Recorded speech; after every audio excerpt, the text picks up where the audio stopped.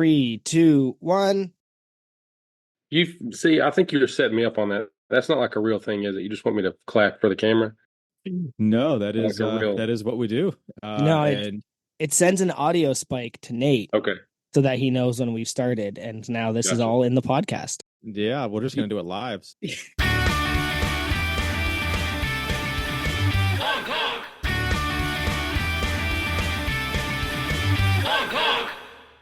Welcome to the Unpaid and Underrated podcast. This is episode 1371 of the Unpaid and Underrated podcast, a podcast by crew for crew. I'm one of your hosts, Big Keith, joined as always by my partner in crime here, Big Joey.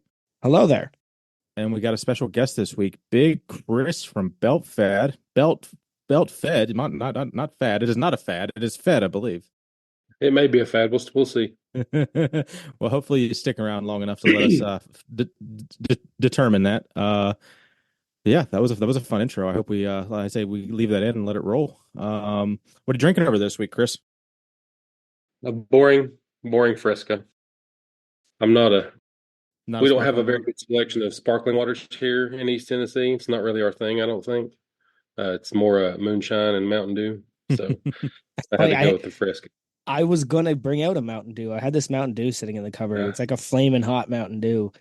But after that sounds having, it's disgusting and it's the worst. But after having the hot sauce on my dinner, I was like, I'm not adding more hot sauce to this grumbling stomach. Yeah, I was gonna ask if that would have been a good idea on top of the dinner. No, it was definitely not it. So I'm actually drinking a Skittles drink to start tonight. It's no. awful. It's awful. But I love it. It's pure sugar. Is this from the original order or batch? Would you have to buy like a 6-pack or something, or have you rebought it? Because I know. Oh, I went and got some more. Okay, I know you were on Because the like I fence said, with it last time. well, it's like 82% of your daily sugar. So like every sip is a nightmare. But at the same time, I didn't want to dive right into beer after having a nap at 7:30 p.m. Yeah, I almost grabbed a beer on the I think way there's some clinical issues up if you do something like that. Yeah. I almost did grab a beer just so I could use Daminger's koozie because I couldn't find my regular 2 koozies, but I just ended up just getting a bubbly, the orange cream one, and I'm rocking out the strong and silly Massonomics Impossible to get the can out of koozie. We do actually have a local drink. Also, I'm sorry for the amount of times I'm going to cough. These allergies in this area of the world are legendary. We got a drink called Dr. Enough. It's spelled ENUF. Mhm. And it's bottled here in town. It's the Tri-Cities Beverage Company, and it's if you were to take a vitamin and just smash the piss out of it and mix it with some pond water, that's pretty much what it tastes like. But it's super popular. That's the Interesting. closest thing we have to like a regional sparkling drink. I like it though. It's good. Now, to get back to the Fresca, I haven't had that. I think I haven't had those in like probably 20 years. It's kind of like it's like right up there with ginger ale and Sprite, or not even close. Like I'm trying to remember what Fresca is with like the It's flavor. like if Sprite was made by hippies, maybe. Okay. That's fair, I guess. I do remember Less but than it's- 1% juice, it says, Okay, yeah. and 0 calories. There you Well, go. the juice is all the calories, right? Speaking of the juice, Right. speaking of the juice, Good segue. That's where it's. yeah. He's dead now. Oh well. Oh well. No politics. Anyway, yeah. So, But moving on. That is a thing that happened. I don't I don't know how we can cover it without having an opinion. So we'll let that one lie. He was a great sports card collector. I understand. He's very into memorabilia. I like one of my lasting memories is one of the Naked Gun ones though, where he's like underneath the truck trying to repair it while it's moving, I think, and like just gets oil all over himself while the vehicle's moving. He's on a as Tanner would like to call. Oh, what did Tanner call the creeper the other day on the podcast? Because oh man, I can't remember. Maybe he just couldn't think of the name. Crawler. Anyway. Crawler, yeah. So for Tanner, OJ was on a crawler, but for everyone else, OJ was on a creeper underneath, like I want to say a moving vehicle, and then he just got completely covered in oil, and it was like it progressively got worse and worse. That was one of the Naked Guns that he was in that I vaguely remember as a kid. Was it? He was supposed to be the Terminator, though, wasn't he? Maybe. I mean, yeah. There was an Arnie role that OJ was supposed to be cast as, and I want to say it was the Terminator, and somebody interfered and was like, "No, he's not badass enough," and that's how Arnold got the role. Should have been Kindergarten Cop. That would have been a good one. Yeah, yeah, I'm fairly certain it was one of the big ones though. Like it was either Conan or um or the Terminator. Yeah, that So would have ruined a generation. what shirts you guys got on today? I'm wearing my Feral Dilf one because I had to go shopping and I thought to myself, people should know that I am a DILF, a dad I'd like to follow. It's an Instagram shirt. Yeah, follow. That's the F that we're all thinking of. These shirts got banned in the UK.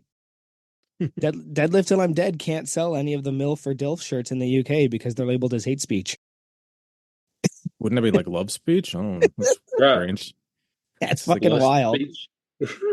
They can throw the word cunt around there like it's nobody's business. But you put DILF on a shirt, no, that's taking it too far, ain't it? Like, no wonder. What gives you the right? So you just want to tell that we're not a video podcast, Chris. If you want to tell the listeners what you're rocking out. Oh, so I just showing them my boobs just now. Didn't do anything. Yeah, I mean it got me a little hard, but other than that, I don't know. Yeah, I'm wearing the nice rack shirt. This reminds me of my skivvy shirts in the Marine Corps. That fits quite nicely, better than it did back then, for sure. Nice. I got the Massonomics. Was it 7 7-year anniversary podcast shirt? That's a good there. It does. This does one of this one. It has no it's such a small print. I don't know. Yeah. I think it actually, now that I'm looking at it too, it's like the Massonomics is actually not printed. It's the black outline around Massonomics, so there's less actual graphic. They're using an outline to make the graphic, so there's less tugging and like shrinkage essentially on the shirt. So yeah, good one. I enjoy this shirt. It fit well. It fits well. Yeah, but they're impressed with how well this one fits. But they're all the same blank. Yeah. Oh, I enjoyed that. There was some good. I enjoyed the Tanner coming out of the Tanner in the pool meme, and I mean, I think I was outdone by a lot of other people, but I had the one. It was something to the extent of, Tanner shirtless saying it was the same blank. That was good. Anybody get a chance to watch any of the YouTube videos? Basically, I think there was one where we were just talking about genetics, and I think that was literally just like a 2-minute segment of the podcast. So that one really wasn't anything new for us. But the Tommy Home Gym one came out today at 4:35-ish, I think. So there definitely was a little discrepancy between the alert on Discord and then the when the video dropped. So that kind of had some people chuckling in the Discord. Well, I was sitting on YouTube waiting to watch that, right? Like I had just got home. I was sitting there, and that's when I ended up watching Conan O'Brien on Hot Ones.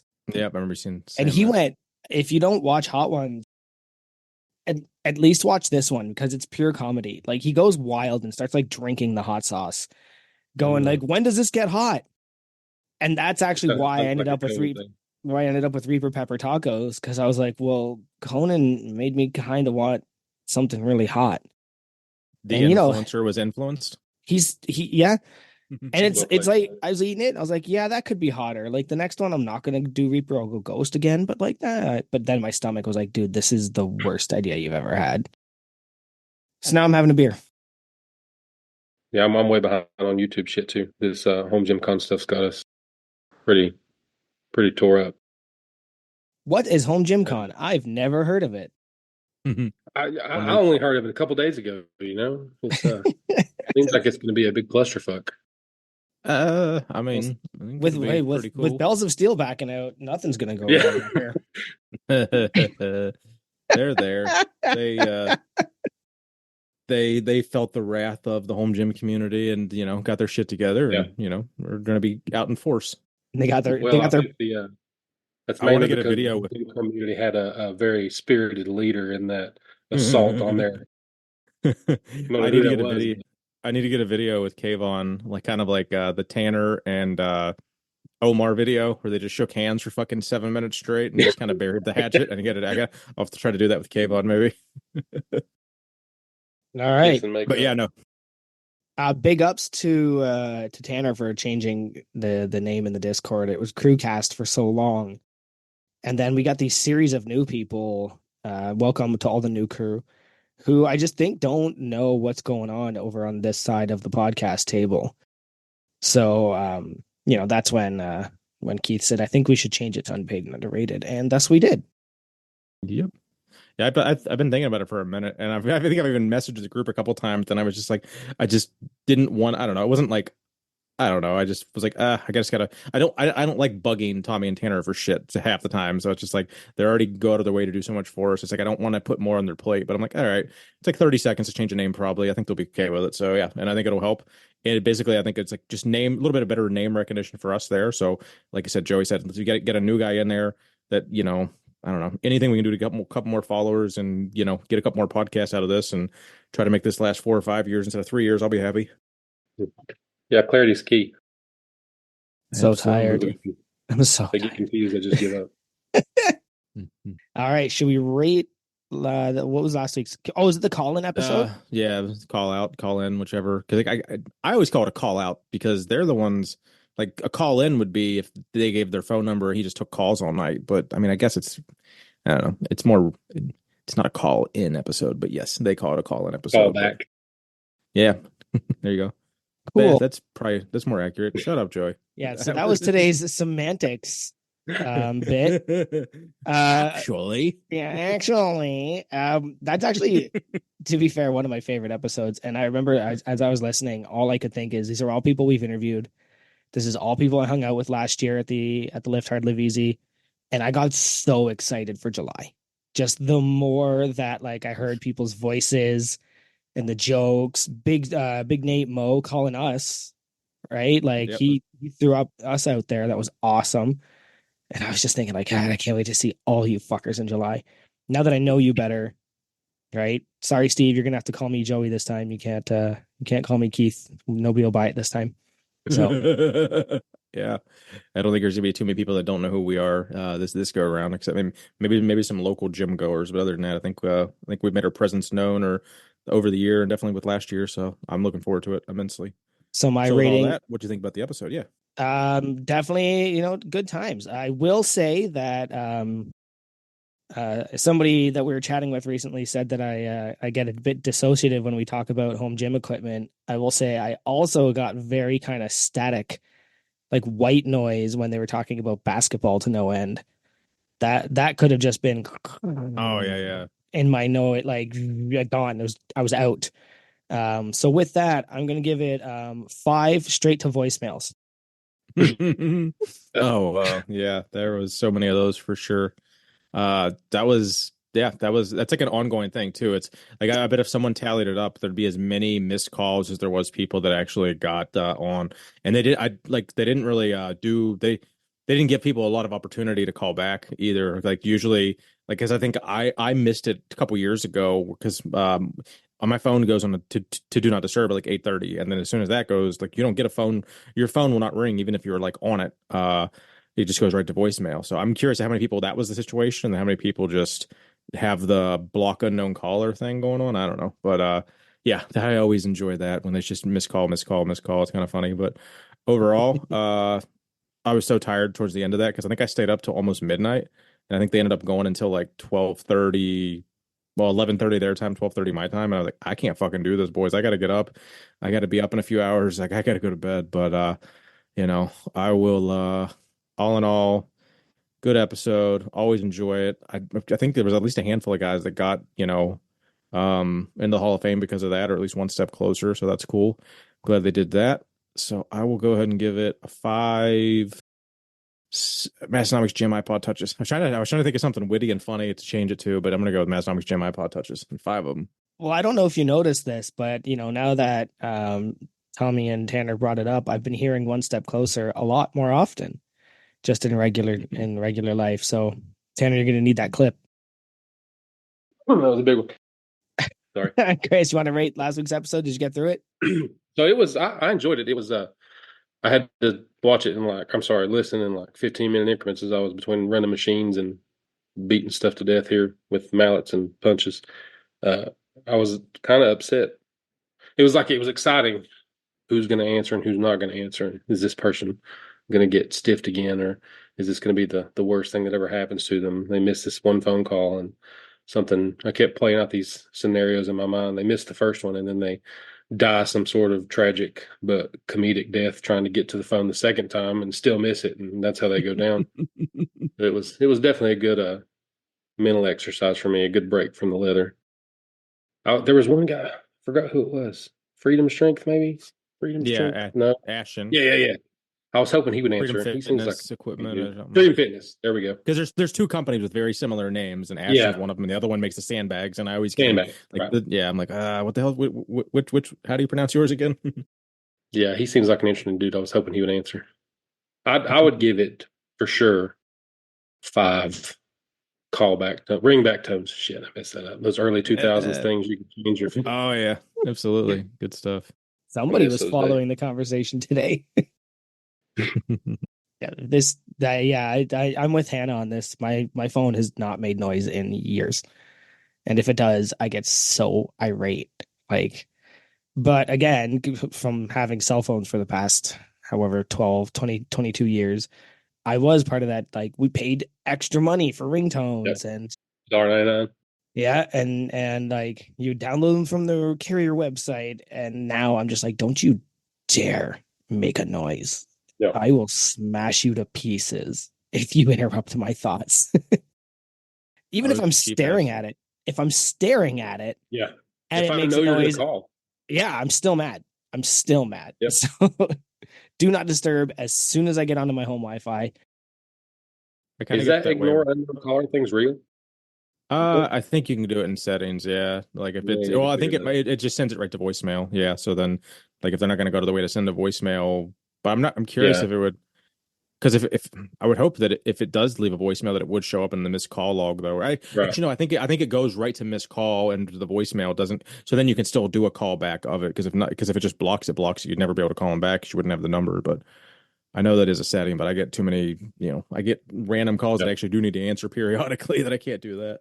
I'm sorry, voicemail. Yeah, don't leave me a voicemail. In fact, when I was at the Arnold, Nate was trying to find me, right? And I had service at the Arnold where nobody else did. And he left me a voicemail, and I get the notification, and I immediately text him and go, I'm not listening to that. I'm at the Strength Co booth. Like, don't. I'm going to delete that before I even fucking play it. I'm not listening to that. I don't care how important it is. So, yeah, do not leave me a voicemail. Send me a text. It is 2024. I have a couple save voicemails that I need to figure out. I need to hard download them. I think I got a couple from my mom that it's like, fuck, my mom's in her mid-60s. I'd like to have that voicemail for the rest of my life. And got a couple meaningful ones from my wife from 10 years ago that I think have transferred over on phones. So, but other than that, yeah, I fucking just read me the transcript and then delete. I don't even listen to them. No matter how bad the transcript is, I'm like, I think I know what they're talking about. I'll call them back or I'll text them back. Yep. I don't need to actually listen to that voice. Yeah, I'm the same. I've got plenty of them saved, but that was in the before times when I actually enjoyed listening to them. And now I don't care who it is; it's getting deleted. Immediately, getting deleted. I have gotten to I don't know if it's a bad habit or not, but I juggle a few different Instagram accounts, and I'm bad about just not opening messages if I kind of know what it's going to be about, and I'm not in a headspace to deal with that right now. A lot of times, if I'm getting show notes for people, it's if I know that's what that is, I'm not looking at that until I record this week's episode. So I send out all the preliminary messages, but I'm not going to respond to it for a week potentially. And then if it's just something that if I'm on social media to relax my brain and de-stress, I can't open messages that I know are going to be work. So I know sometimes I might leave people unread for a while, but it's just I got to do what's good for me mental health wise. So if anyone's sitting in my inbox ignored at the moment, I'm sorry. I'll get to you as soon as I can. Yeah, thank you for validating me with that. I am horrible. I'm not sure how we're still in business. People it'll get buried. If it gets buried past that first screen, good luck. You might as well just show up at the house if there was something important. I'm not hard to find, but I cannot keep up with messages at all. Yeah, well, you got 6,000 followers or something, or 8,000, something like that. So I couldn't imagine that would be that'd be times 7. And being a fucking business owner, people are actually asking you. You probably get 20 questions a day about fucking. Just send an email. I know a lot of people really push just fucking email me only. Don't DM me about shit like this. Send an email. But then again, you're turning away business because so many fucking Right. people just won't even email today because this, I don't know. You have to Yeah, be they want savvy on instant so many connection. different. Yeah. Yeah, it's rough. It's yeah, I thought putting orders through website only in the bio would work. No, Hmm. it doesn't work. No. People are still trying to order shit in the DMs, and then I thought making a personal account would make some sort of difference. And then maybe a Weird Angle Wednesday account. That shit just made it all worse. And now everything Yeah. just gets thrown to the wayside. Yeah, I can feel that.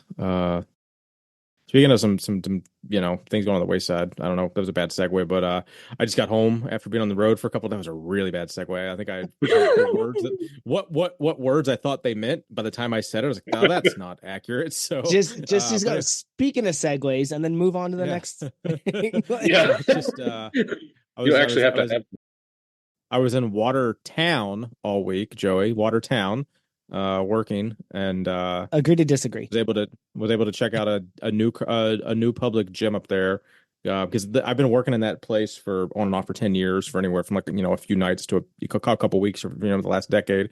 And there's always just been like a YMCA, just a shitty YMCA. You go there, you try to bench press at 5 o'clock. There's fucking 12 dudes bench pressing. It's just impossible. So there was a powerlifting gym that opened up maybe a couple years ago that I've been following on Instagram just because we have some mutuals. And if there's a gym in Western New York, I probably know what it is or where it is. So I was able to hit that up. Literally got there, I think at like 4 o'clock. There was me and like two other people in like I don't know, like a 2,000-ish square foot setup, couple squat racks, combo rack, couple bench presses, maybe 8 total pieces of equipment, so very niche powerlifting gym. Got to work out on the Rogue combo rack with some calibrated plates. So I had to fucking do kilo math, and I was like, I think I'm doing 227-ish because it's a 45-pound bar plus this 1.25 kilo or 102.5 kilos plus I don't fucking know, but I'm pretty sure it ended up being 227, and then had a good time there. Just it's nice using a combo rack. I really don't hardly ever get to use that and meets or in the warm up room, so it's kind of fun. But just a very little like niche thing. Very small. They had some funny gym signs. It was basically like, if the gym is burning down, call 911. If the shitter is clogged, call this number. It was just funny. It was just like they were just you could tell the guy was just kind of like a no bullshit gym owner. Just kind of had some like pretty like stern yet funny signs on all over the place. But all in all, that was fun. I don't get to. That was the first time I've been able to train at that particular place. So I don't know. I've been lucky when I do have to go to commercial gyms. I usually find decent ones, but you got to go with what's available. So that was about it. That was my. I think I've exhausted my killing time aspect here. So I'll kick it back to Joey if he's got anything. Now let's jump into an ad read here for our number one sponsor. Let's He's do probably it. got heart.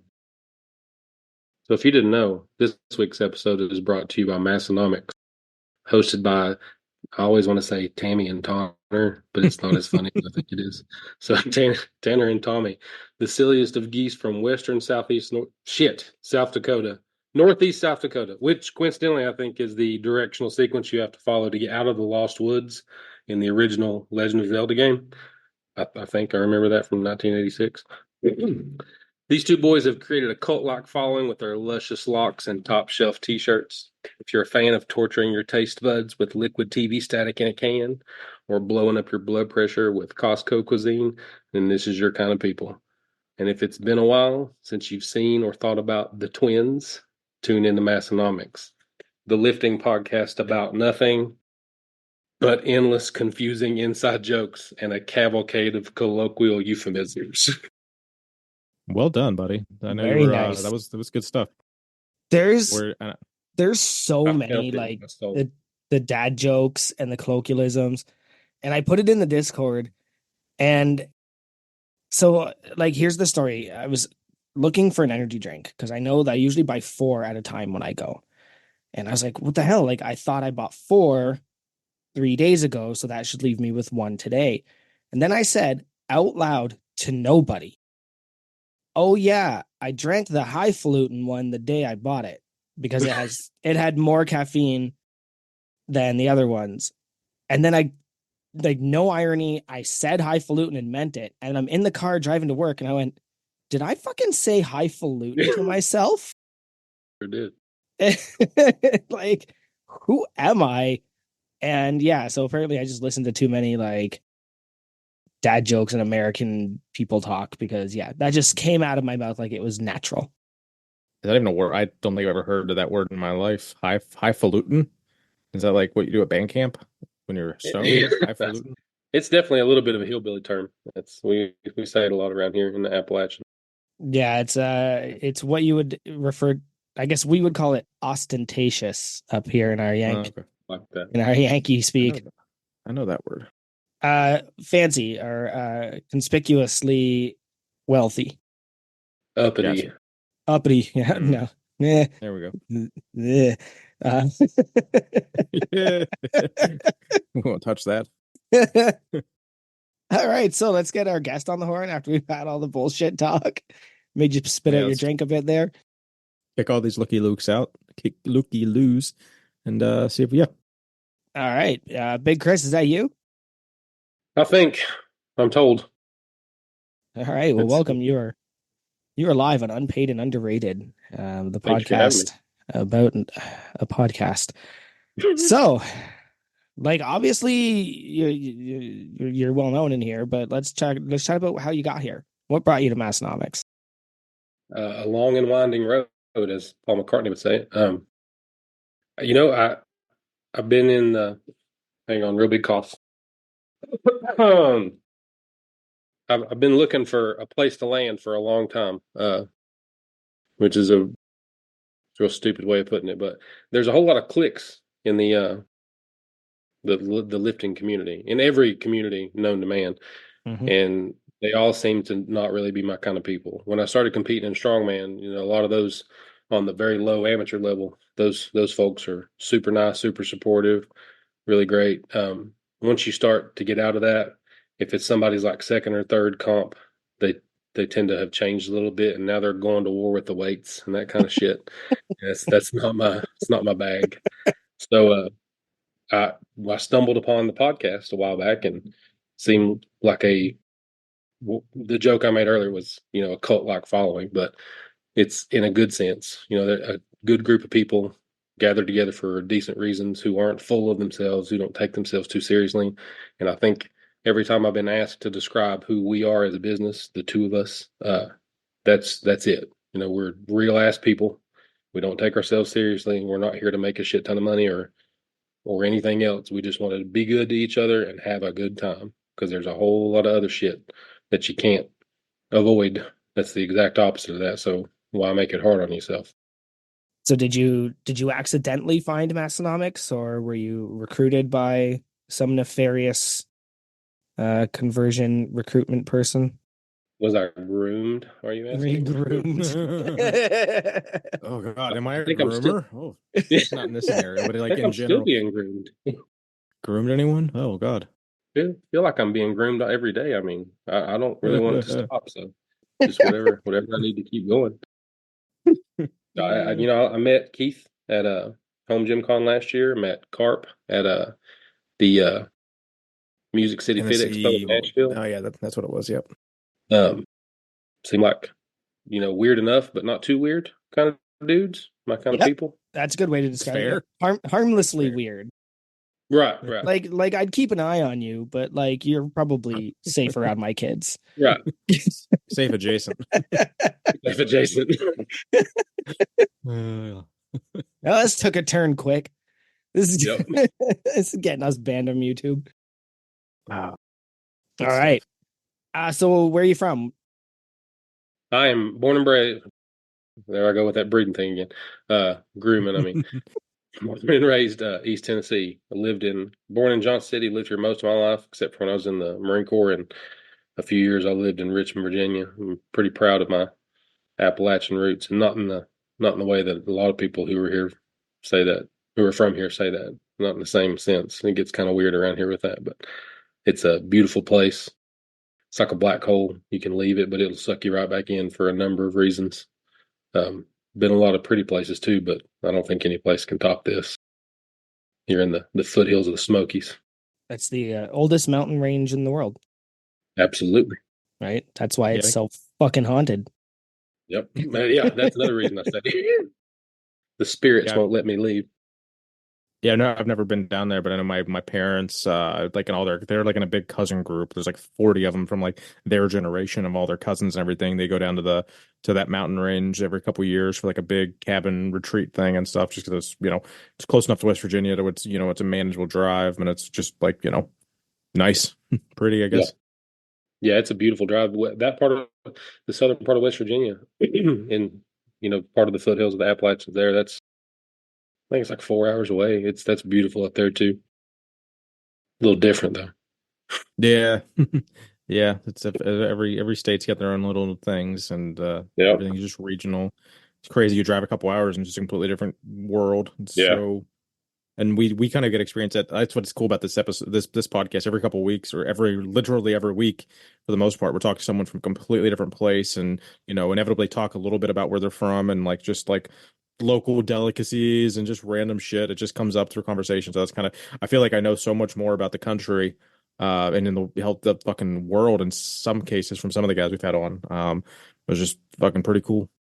yeah, yeah. Just general conversation. I think that's what, not to take too serious of a turn, but I think that's what a lot of what is missing from most things today is people taking 5 damn seconds to realize that somebody else is a human and have a conversation, not worry Hmm. about making a point. Well, if you wanted to if you wanted to have more conversations with people and you wanted people to flood that completely empty DM box of yours, where are they going to find you on Instagram? What's your handle? What's your name? Discord name? All that. Like basically, where can people find Kris with a If you K? want to be ghosted, you want to be left on red, then you can find me anytime you want at Belt Fed Strength on Instagram. It's Belt Fed Strength everywhere, but Instagram is where we're most active. And then the wife's on there too. She's the other half of the company. But it used to be, I don't even remember what it used to be, but she changed. Somebody asked her to change it or offered or something. To change. Oh shit, that's going to sound really weird when it comes out. So there was a Almost. joke was made. Let's put it that way. No, For it her sounded to like there was change some. it. I don't think there was a transaction there. Yeah, transactional nature. I used to be the police. I'm not anymore, so I can talk about it now.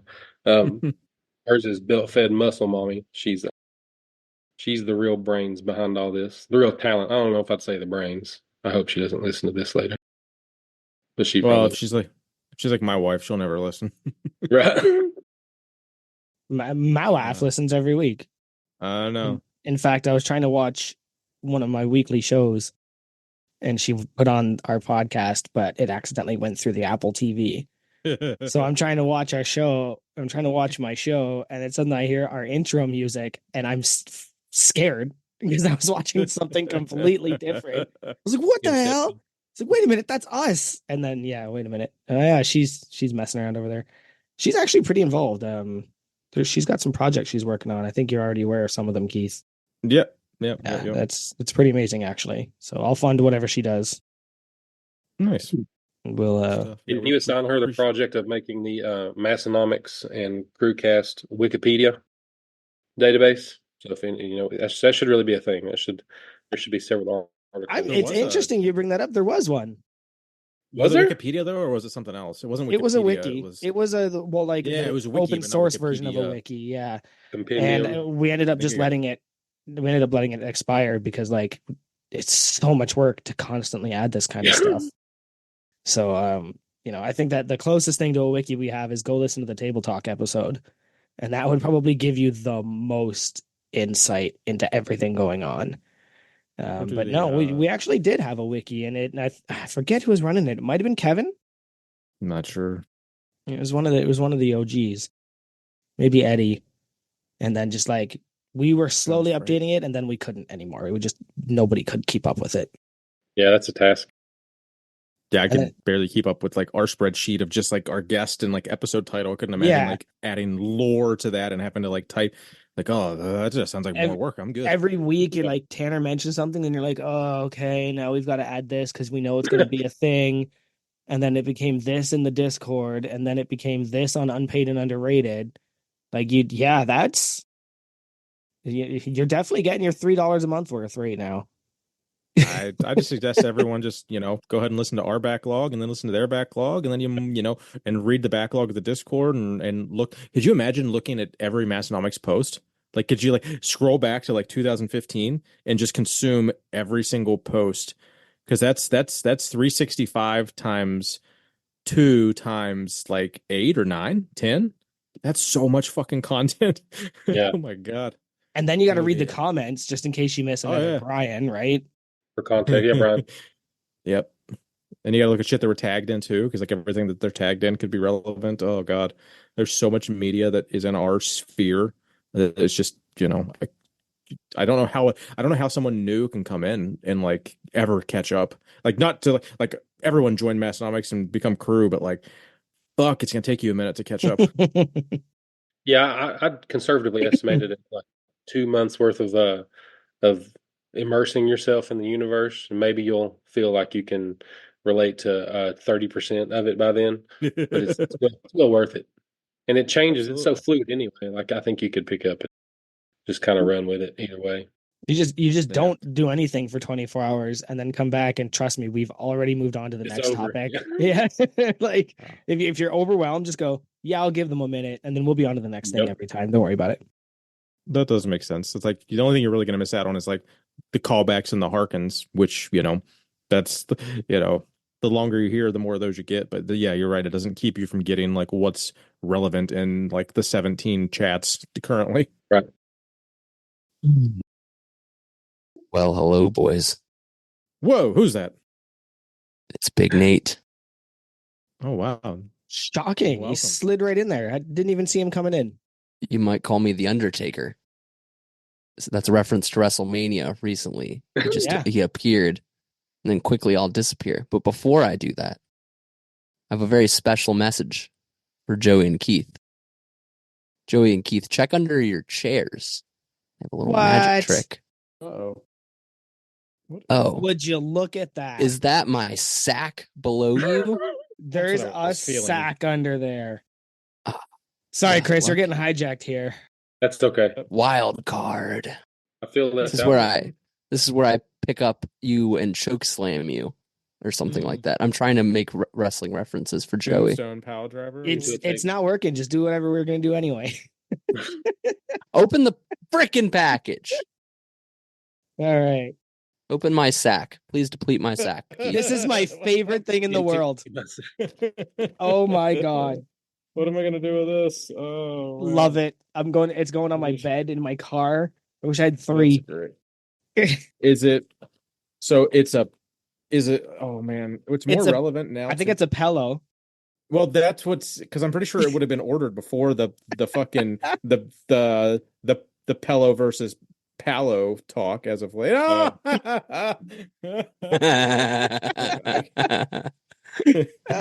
Pretty hot. So Joey and I both got pillows from Nate. I got the seductive Joey laying on a bed with his finger in his mouth pose, and Joey got the famous Keith head, the up the nose selfie picture. That is good stuff. It is a legitimate, like, I don't know, like legitimate pillow, and that's great. Joey's is very phallic. Joey's couldn't be more phallic shaped if it wanted to be. I was gonna say don't put it in your butt. That's a bit small. That's a dick pillow. Don't put it in your butt. I like that you can't see where his other hand. But that is so funny. That is because I can honestly say that this little picture. That one's. I have run with this. I think it was one of the Davids was the first person to use this and put it on another picture. And then it was like every picture in the Discord, somebody would find a way to add this to that picture. Yep. And Tanner's done it a few times too, which I get a kick out of even. Oh yeah, absolutely. And throwing it in the Hannah putting it up on the Eclipse was that did me in. That did me in. No, on the camera. When you posted that stupid I'm this old with the LimeWire and she put your face over the porn person. Oh, classic. Yeah, so the night that we were all messing around, I think you guys were recording at that point. But Joey had sent the seductive picture of him in front of the check for some reason. I don't remember what the context was, Competition but winners. then we I don't know. Yeah. But we were just compiling photos of it. It was first like me and Joey laying in bed from the secret picture that only exists amongst the crew. And then Keith got in there, and then eventually someone photoshopped Keith's head into the strength co plate that I was laying with, and someone said, I want a pillow of Keith's head. And I was going to the bed, and I was like, that was just repeating in my head. I want a pillow of Keith's head. And I was like, can't you get pillows made that are shaped to like a PNG? And I was like, I gotta look. And I found like the first website, and I was like, all right, I gotta send this to Joey immediately. And I was like, I gotta send something to Keith. And I was like, I don't know if the right answer is to send Keith a pillow of his own head, or if it's better to send him a pillow of Joey. And I decided it'd be better to send you guys different ones because I thought it would be funny. But yeah, so now we have custom underpaid and underrated pillows or pillows, whatever you want them to be. Keith can keep it and sleep on it for the next 50 years and just accumulate so many gross microbiomes of mold and disgust. I'm gonna die with that pillow. You're gonna die Keith, because of that pillow. Keith, it's not good for you. It's very bad for you to do that. It's just not good for your health. It just is not. I came on here also to tell you, get rid of it. It is not good. There's mold and just bad things in that pillow. It's not good. You need to get rid of it. You'll feel better. Trust me. Never. I used to be like you. I got rid of all the old pillows. I felt way better. Trust me.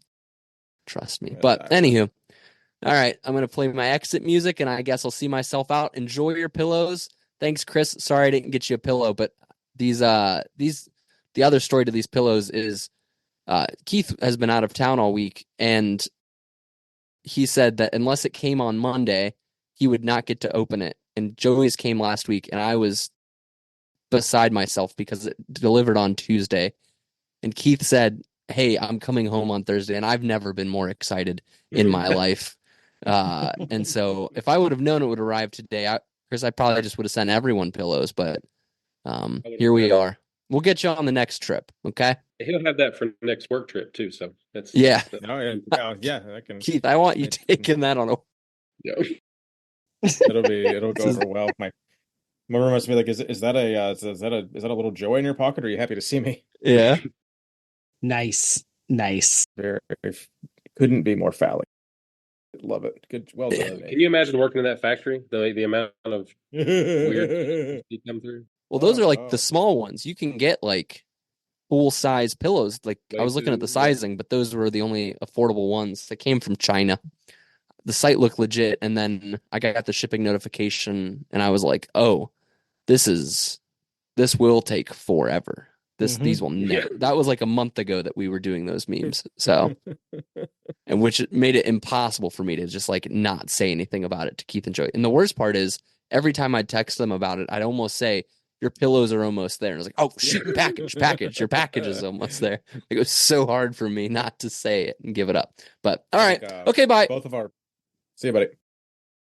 Good job. Well, that was big. Sorry, Chris. No, I'm glad I got to witness this spectacle of love and affection here. They're pretty tight, Nick guys. I talk to you guys as much as I talk to my wife. Yeah. Okay. So what's your Hall of Fame status? How many checks you got on there? Did you get a Hall of Fame card? I've not looked at it since I got it in the mail. I feel like a piece of shit, but it's sitting on the shipping desk in the workshop for me to check off, and I'm pretty sure it's only like 3. So I'm you definitely got one as a you're on the main podcast tonight, so you got that one. Yep. Oh, Keith froze. There he goes. He's back. There we go. And my internet is shit tonight. It was prime time because I had backed away to burp off the microphone, and you froze. That was a nice little. That was a ghost pepper / Skittles drink, and now Miller Lite burp. So if you're wondering, my office smells amazing. Yeah. Excessive. So Chris, I guess we'll get a lot of questions about Belt Fed. So I mean, it's so in depth, really, as far as just when did Belt Fed start? So technically, I guess, right at a little over 4 years ago, when I left the sheriff's office, I didn't know what I was going to do. Like I said, I've been looking for a place to land for a long time. I decided I was going to start competing. So I needed a belt. I'd only used gym belts before that. And my father-in-law has had a little, well, it's not really little, leather business for, I guess, the past like near 30 years now. He makes mainly wallets and really fancy alligator bags and stuff like that. He made some stuff for Coach for a while. It's pretty wild. You see all this high fashion shit, and to know that some of it was made in Sulphur Springs, Tennessee, in the middle of nowhere. And that's the company Coach, not Coach Carp, right? Yes, yes, not Coach Carp, Okay. not the Tennessee. That's our other Tennessee. Just clarifying which coach we're talking about. Right. I guess Burberry. No, that's not shit. I don't know. I'm not good at this high fashion stuff. Where was I? Oh, so I needed a belt. Yeah, my training partner also needed a new belt, and nobody believes me when I say this, but I had absolutely no idea who that P word was. Mm-hmm. So I did, and I didn't. I had no idea. I was not. I've never been like real big when I was a cop. I wasn't into these big like sheepdog companies and stuff like that. Like that stuff kind of makes my stomach hurt. I don't think you should. If something's going to be your identity, it doesn't need to be a fucking meme. I got some real hot takes about that stuff. You probably don't want to get into, but I didn't know any of like the popular guys, other than like the classic, Arnold and Kaz and all that stuff. I didn't know any of the popular companies or anything like that. So I Googled, where do I get a belt for a big fat dude? And it was like $100. And I was like, there's absolutely not. Like, I can't do that. It's my first belt. Fast forward 4 years and I'm charging 200 now for people's first belt. But I hit up my father-in-law. I was like, hey, do you think you could help me make one of these belts? And he was like, yeah, sure. It's kind of odd trying to make something this wide and this thick. That's what she said. Sure. But I'll give you a hand. So we made two. Had to go to Tractor Supply to find the hardware for this damn thing because neither of us, even though he'd been in the leather business for 30 years, had no idea where to get 4-inch buckles. So I took two buckles off of the saddle cinch that goes underneath the horse. It was like this big ugly D-ring thing. It was not conducive to a good belt at all, but we made it work. Did our first competition in it, and my wife got laid off of her 17-year job at United Healthcare. So we were like, well, shit, what do we do now? I just made a belt. We got a little time. We can figure this out. Like I've made a few more and they seem to be not terribly received. So let's see if we can make them and sell a few. And she's fairly artistic. So we thought we'd try to decorate a few.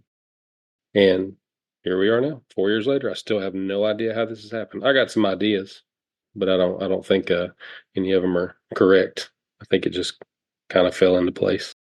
I think saying fairly artistic might be an understatement. She pretty much she is like the brains behind all the artwork, right?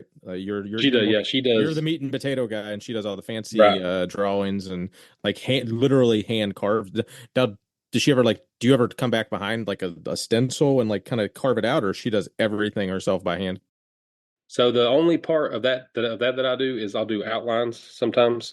If it's like a normal text belt, just somebody wants a word or two on there, we'll just print that off and cover it in tape so it's nice and crisp, and then I'll do the outlines of that, and then I'll pass it off to her, which she says is a big help, but I think she's just trying to make me feel good.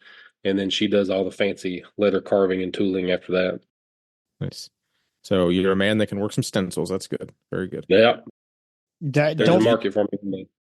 I don't feel bad about not knowing who all the big names or all the big companies are, because believe me when I say I get it. In fact, when you guys are kind of like, "Are you listening to Instagram stories?" I wasn't even following you. So that's actually what I was I don't blame doing. you a bit. I was like, bad. I was like, I gotta he follow doesn't follow like a third of our guests until like the podcast. So yeah, Yep. so that's kind of what I was doing, and it's not on purpose. It's just like it's because Keith does all the chatting through the page, so I don't actually sometimes talk to people until Right. Discord or here, and it's again goes back to if you're listening to this, you're following me. Fuck no, that's not true. Especially with the influx of crew, we're like 440 or some shit now. So I don't know half of them. That's probably fair. I don't know half of them. But no, that's awesome. That's how I feel about that shit. I don't want. I don't ever want to go out. Aside from like doing the little giveaway with Gluck and stuff like that, when you're basically trawling for followers. I don't want anybody to follow or interact or buy or anything like that because other people have done it, if that makes sense. Like I don't want to be, man, I wish I'd have thought about this a little more because I'm going to sound real hipster right now, but I don't want to be like mainstream. I don't want to be commercial. There we go. That's a good way to put it. I don't want to be corporate. I want, if you've come to see the stupid shit we put on Instagram or me flaunting Randy's ass all over the place, then I want you to be there because you want to be there, not because we dragged you there through some kind of trickery or whatever else. You want to be a eternal mom and pop and not sell out, essentially, is what you're getting at. I'm guessing. Right. Just to put it to the TLDR. Too long? Yeah, TLDR. I was born poor and I'll die that way, and I'm perfectly happy with it. I feel that in my soul. So did you end up keeping your first belt? Is it like hanging up on a wall somewhere as like a keepsake? It's locked away in an ammo can, because Belt Fed Stength. Oh yeah, so we can actually get into that. Like, I actually think I got that on one of your other podcasts. I didn't, like, if people aren't familiar, your military. Well, we'll have to touch on your military career to kind of get to why the name is relevant and actually funny, because people probably don't actually get it. If you want to, they don't explain that one. I'm kind of crushed by that. I shouldn't have been, shouldn't be now, but I still am. I thought it was a really clever name, but I guess most folks don't understand that a machine gun is a belt-fed weapon as opposed to a magazine-fed weapon or any other ammunition delivery methods for firearms. So I thought it was. I'm sure you can tell by my Massonomics ad read. I like alliteration and puns and things like that. I thought I was being really clever. It's a belt, and I don't know, but nobody gets it. Nobody who wasn't in some branch of the military or is a gun fan, I guess. I don't want to say gun nut. Doesn't they don't get it. And I feel like that's probably one of my biggest failures in life. I'll carry that to the grave. I think it's definitely very clever, but like I said, I guess since you don't really have like if your logo was a fucking like was a huge rifle, was it right. like the large gun that you ran in the military, like that would make more sense. But like then I don't know, like I think I remember listening to it on like it was one of the GGE podcasts probably, and I was like, oh, I get it. That makes sense. Yep. It was, and it is witty and good, but it's kind of one of those like you have to know 7 levels of like crisp before you can actually get the joke. I'm like, but either way, belt fed in general, like people could just be like, oh, they like belt and they're fat like me. Haha, that's good stuff. I like belt fed. Like and that's fine too. If people correlate it like that, it's like, okay, cool. That's still like that's witty on its own aspect. Yeah, well, I think it works out on its own. I went through a few iterations of, I guess, logos. I don't have very many pictures of the time I spent in Iraq. The couple times I went, for various reasons. But I've got one that one of my buddies took right before we were rolling out into Fallujah, and it's me sitting behind a 50 cal. I look 12 years old, and I'm sitting in this half moon shield. This was 2004, towards the end of 2004, when we were still getting real shitty gear. No, it had the war hadn't really caught up with itself. Let's put it that way. And I had the biggest smile on my face, and I remember it vividly. I thought about using that as a logo. Maybe that would kind of tie in with the belt fed part a little better. We had somebody draw a machine gun for us once, and that didn't really work out. And then I was strolling, Jesus Christ, scrolling through Instagram and found a picture similar to the one that we've got now that a lady named Trisha Kibler drew. She's an artist in Oregon, I think. And it was a circus strongman. And I fell in love with it. So I asked her if she would redraw it a little bit and put some linked ammunition around the dude's waist and add some Marine Corps tattoos to him. And that was our logo. So now we have a logo that is absolutely not fitted for any T-shirts or anything because it's hand drawn in ink and watercolor and can't be digitized worth of shit. So we use the black and white one for that. But I'm still pretty proud of it, even if it didn't pull off the actual inside joke kind of theme I was going for. Well, we dig it. I didn't realize it was only 4 years. That's crazy. That's like straight up 2020. You were a COVID company then, essentially. Yep. That's Yeah, good COVID stuff. took her job. That's what brought it on. That makes sense.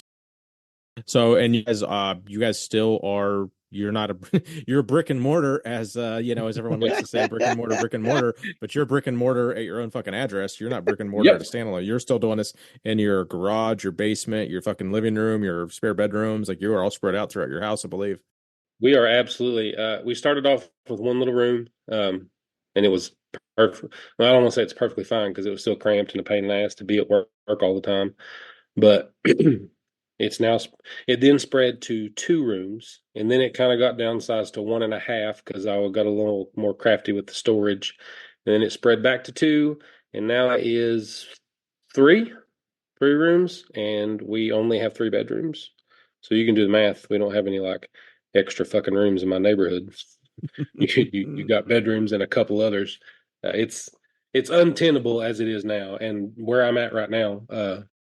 If you're listening, you can't see this, but all that leather in the background, that's where we share a little corner of the father-in-law's shop for certain things. A couple pieces of machinery we cannot fit inside the house, but it's pretty tight, man. Is that at least a close commute for you, or is it it's like other side of town or something? It's tastefully long, so you have a little bit to enjoy the outside since you don't ever fucking get to see it because you're at work and at home at the same time all the time. It's only about 15 minutes, though. It seems like wherever you are around here, you're 15 minutes from everywhere, so it's not too bad. Pain in the ass toting all this stuff though. Packing all. If you got to stamp something, we've got a clicker press down here. My daughter calls it the ton machine. It's a great big hydraulic press that we'll use to stamp like the logo stamps in and things like that. And when you've got like a wholesale order of 100 belts, and you got to pack them some bitches up in the car in the Volkswagen Tiguan, and then drag them into the shop and stamp them, and put them back in the car, and then go all the way back to the town. Not fun. It's good cardio though. Have you do you guys have like do you know how long it takes to make a belt, like start to finish, like as far as like how many steps, and like when you get an order and you just look at it and you're like, oh, that's 4 hours of time? Yeah, or so is it all you make them in such batches that it's kind of like it's hard to equate that? So you've got to raise the cow, right? Then Exactly. you've got to Yeah. skin it and tan it. Yeah. Yep. Yeah. So like that's gonna add a bunch of time for sure. You got to feed it, so you're talking a solid 18 months of feeding it before it's large enough to harvest. Yeah. Otherwise, you're just going to get real soft glove leather. We're not trying to make soft belts around here. But no, it's I would say every 3-4 weeks I get back in my head. Well, no, I never leave my head. I wish I could, but I start recalculating like how long certain steps are taking, and maybe it's part of my OCD if that's what I've got. But we've screwed ourselves because nothing we make is standard. Everything is custom, even if it's just the size.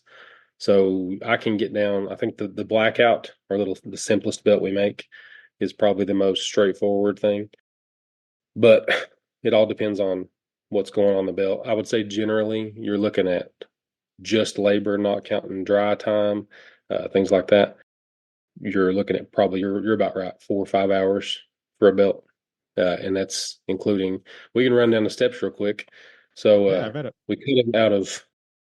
Again, I keep forgetting that nobody's going to be seeing this. So I was going to grab a giant piece of leather, but we start with either sides or double shoulders, which is the front third of the cow, or a whole side of the cow.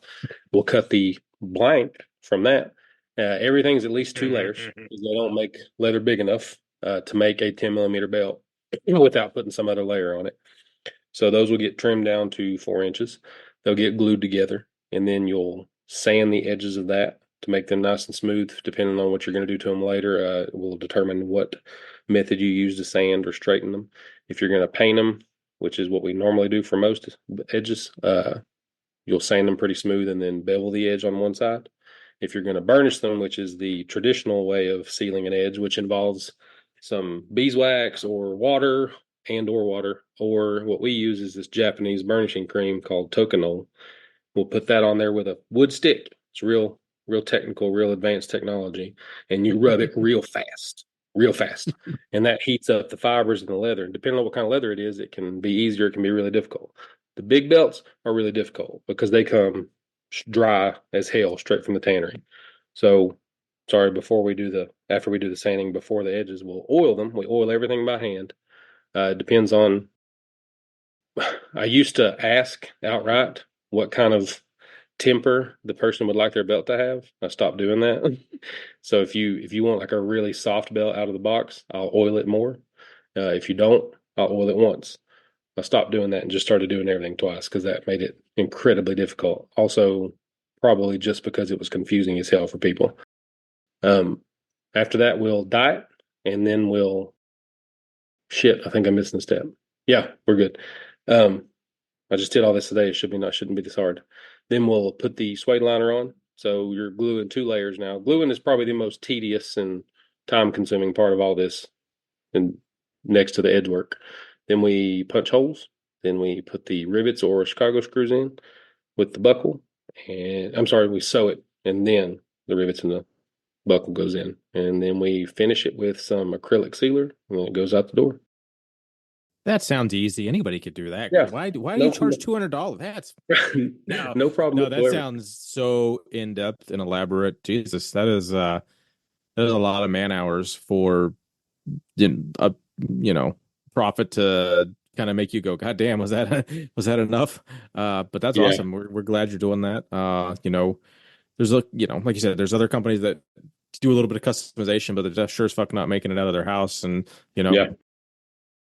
once you add her carving and tooling in it, it's astronomical. And there's certain things we do that aren't totally necessary, and that if I didn't do, 9.9 out of 10 people wouldn't notice. But like beveling the inside edge a little more than you do the outside edge, because the part that's against your body needs to be a little more comfortable than the outside. That makes sense. I think that's important. I don't want to wear something that's not comfortable. And I think I overthink shit. I think you can already tell that, but I think like 6 layers down.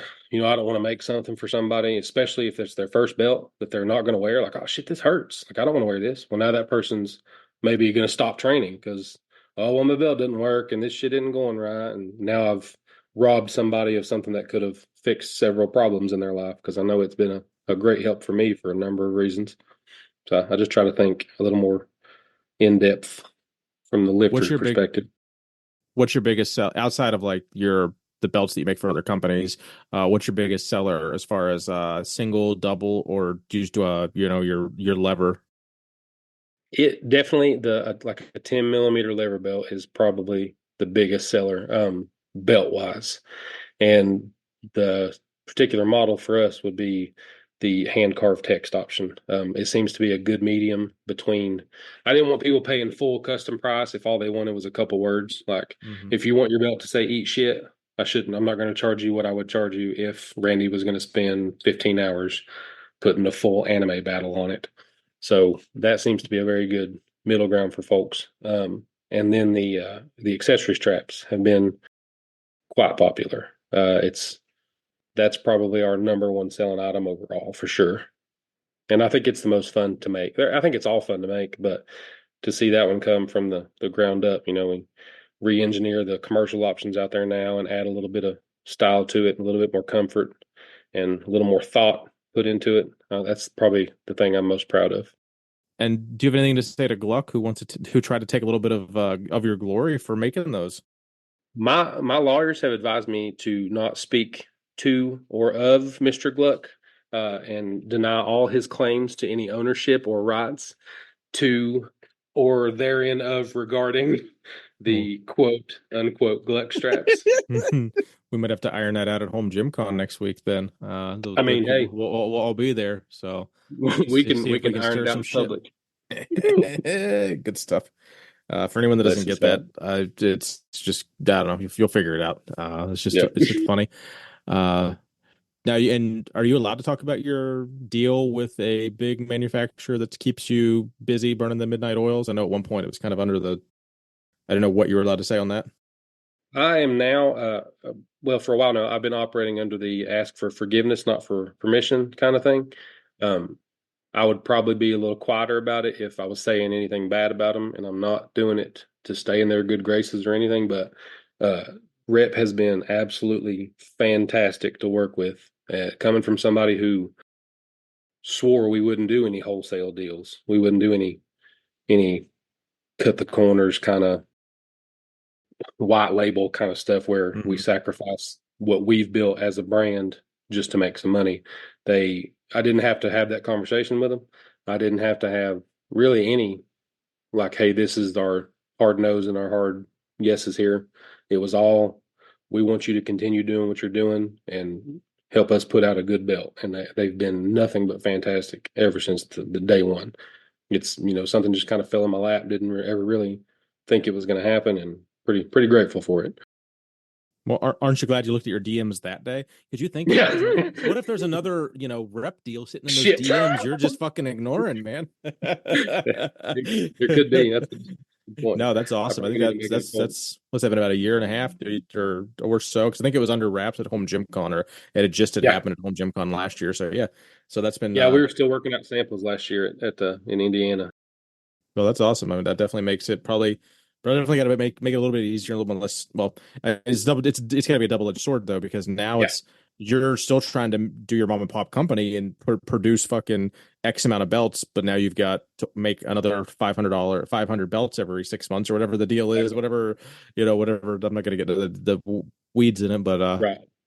No, you're right though. It does definitely add a little bit of stress to you, but I mean, it's welcome stress. I think I enjoy that kind of that challenge, but it allows us the freedom to. It's gonna sound like I'm trying to sell. I'm a horrible salesman. I don't think there's anybody who'd argue with that, and I'm proud of that. But it's given us the latitude to a point to expand and scale a little bit and allow us to do things that we want to do. Maybe whenever we get some time, if that ever happens.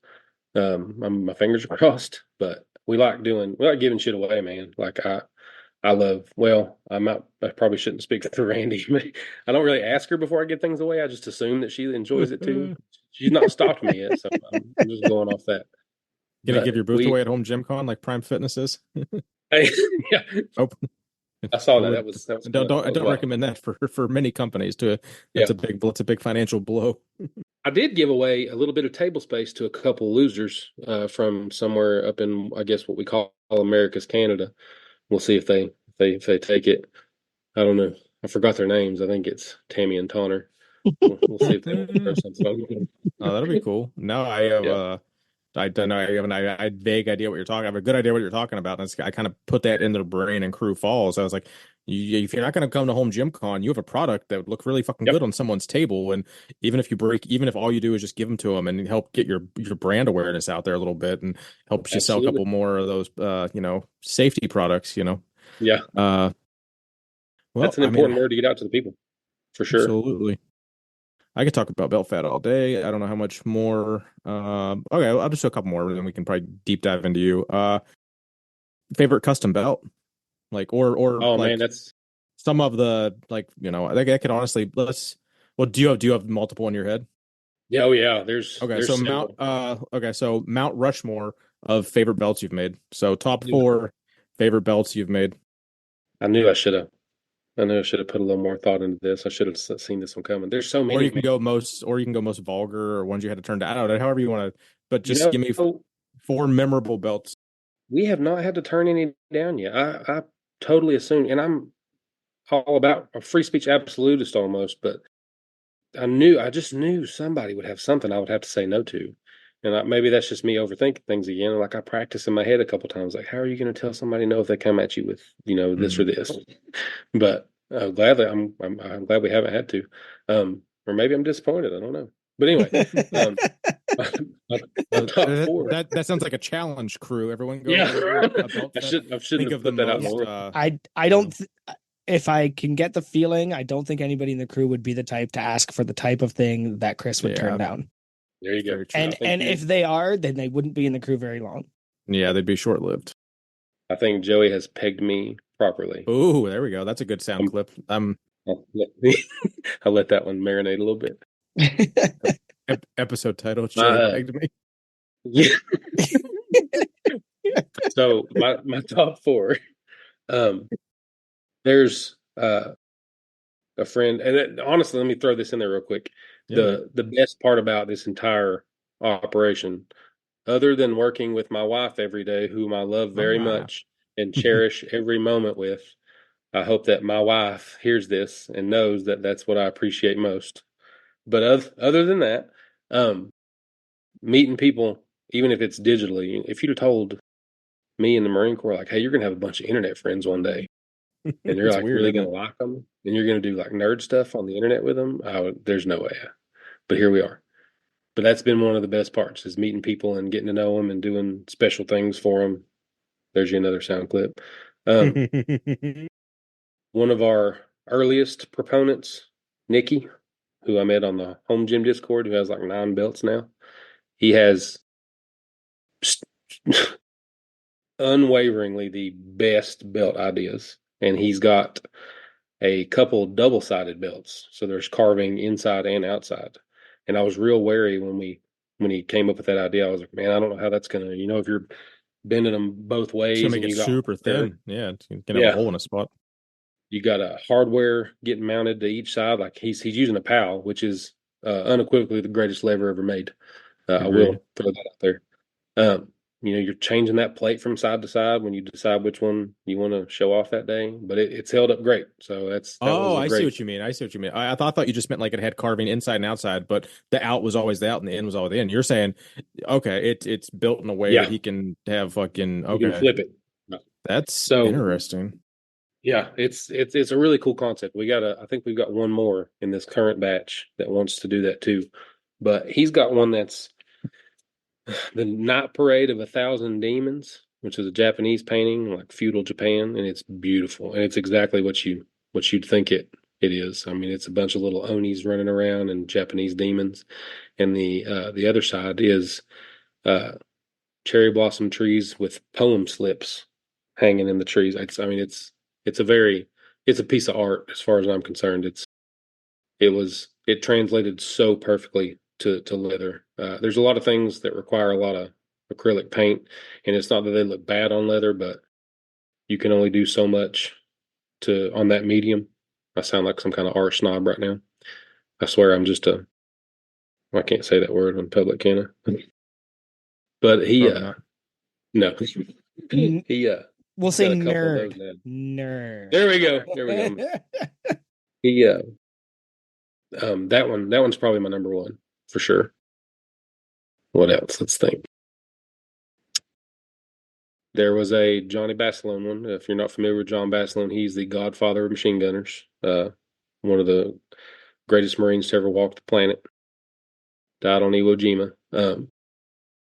That was a great one. It was real simple. Just had a silhouette of him on one side wearing his Medal of Honor, and then a map symbol for a machine gunner in the middle, and the guy's name on the other. Then it said stack bodies and pile brass, which is part of the unspoken Marine Corps machine gunner's creed. That's definitely in the top 4. My current belt is in my top 4, and it's super simple. The inside of my wedding ring is engraved with "It's dangerous to go alone. Take this," from the original Legend of Zelda. Should have saw that coming. Yep. Speaking of which, I heard on Big Joey E, his episode a few weeks ago, that he didn't like Zelda.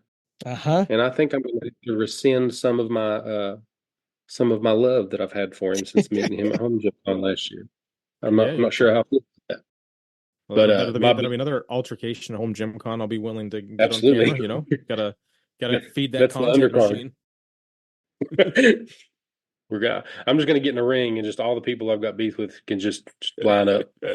Luck first. Let me be fresh for that one. That'll be a good booth.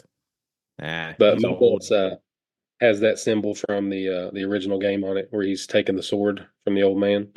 But it's a barbell instead of a sword, and there's little heart containers carved around the holes for the liver.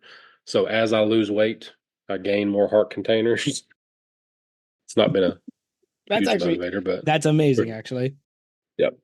We try to work a little tiny stuff in there that most folks will never realize or never notice, but we add little Easter eggs, I guess.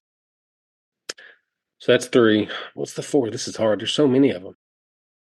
You sure that's 3? I swear I feel like that's like 7, but maybe I'm. Yeah. Well, I guess Nikki's that counts for 2 because it's a double-sided. Oh, yeah.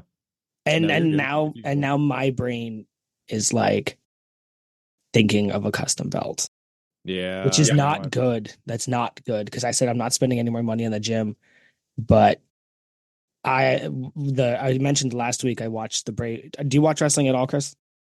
I used to. I haven't Okay. lately.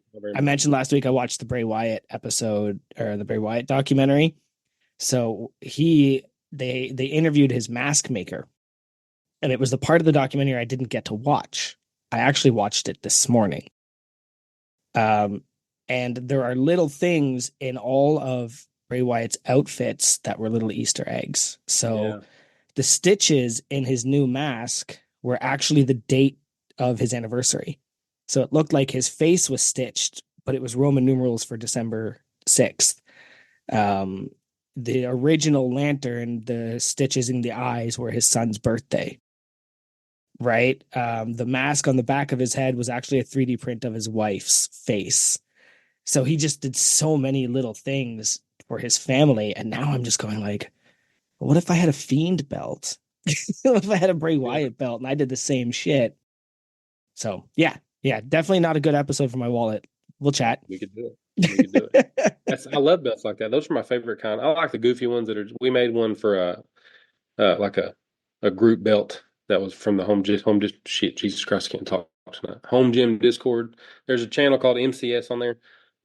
It's got some pretty heavy lore behind it, but there's a whole bunch of inside jokes. It probably a fraction of what a Massonomics inside joke belt would be, but that one was fun. Just adding little snippets for people that mean something to them. That's my favorite. That's my favorite stuff to do, for sure. Made one.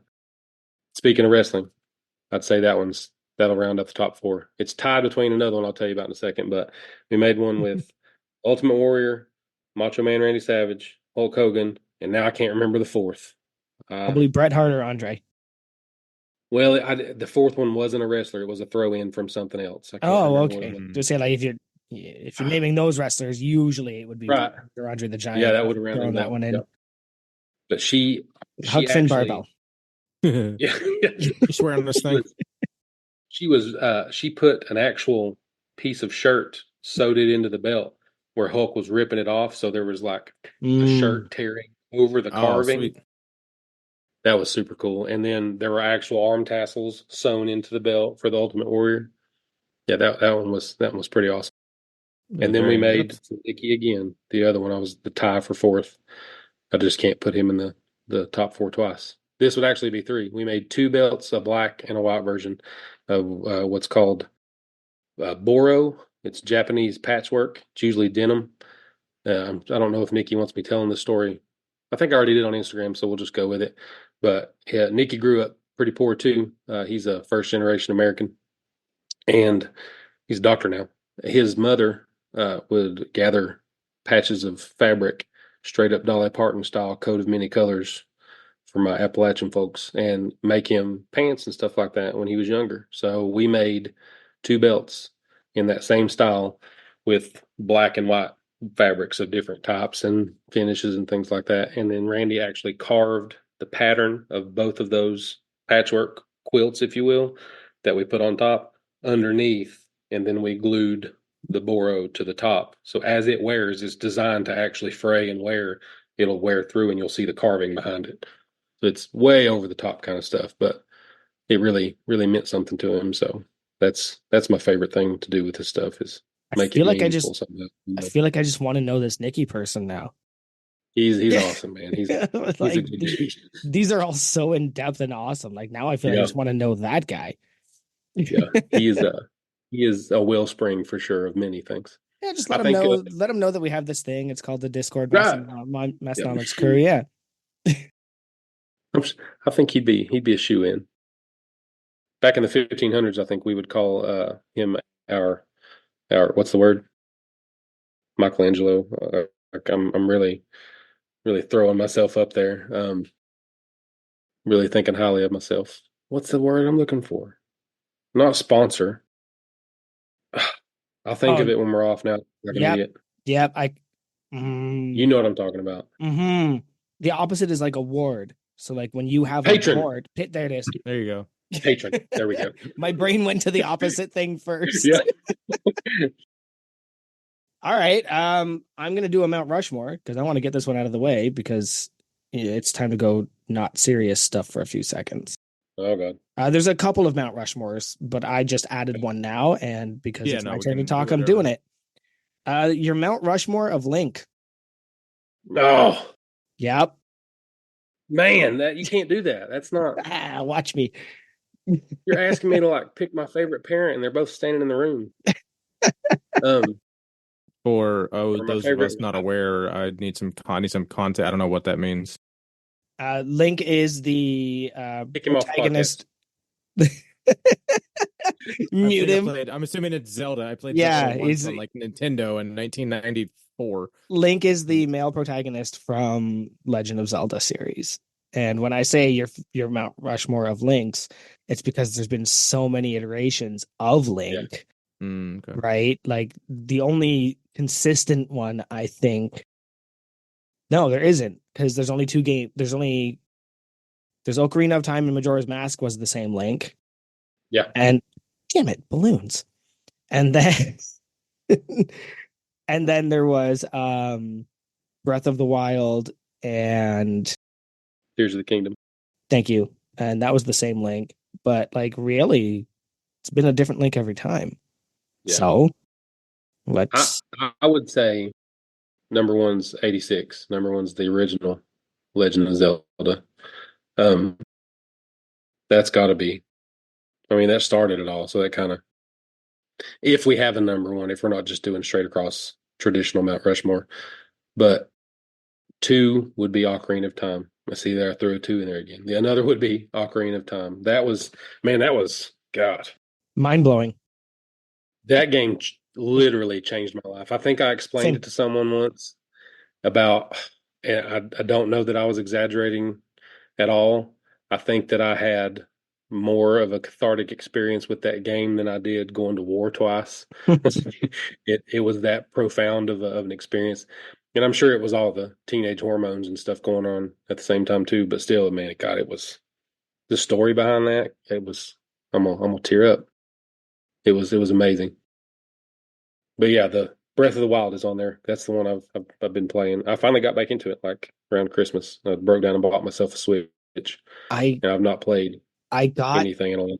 I played so much. I could go back and look at the hours I logged on Breath of the Wild, but I didn't I didn't love it. So I ended up just getting to the part where I was about to go and fight Ganon, and then I was like, okay, I give up. And then I haven't actually picked it up since. Yep. And that's I do that sometimes with video games. Yep. Because I'm playing it for the storyline, and when I know the storyline's about to end, I'm like, yeah, I don't really want to keep doing this anymore. Yep. Well, I get sad, and it keeps you from that depression that you're going to feel when it's over. Yeah. You're saving yourself.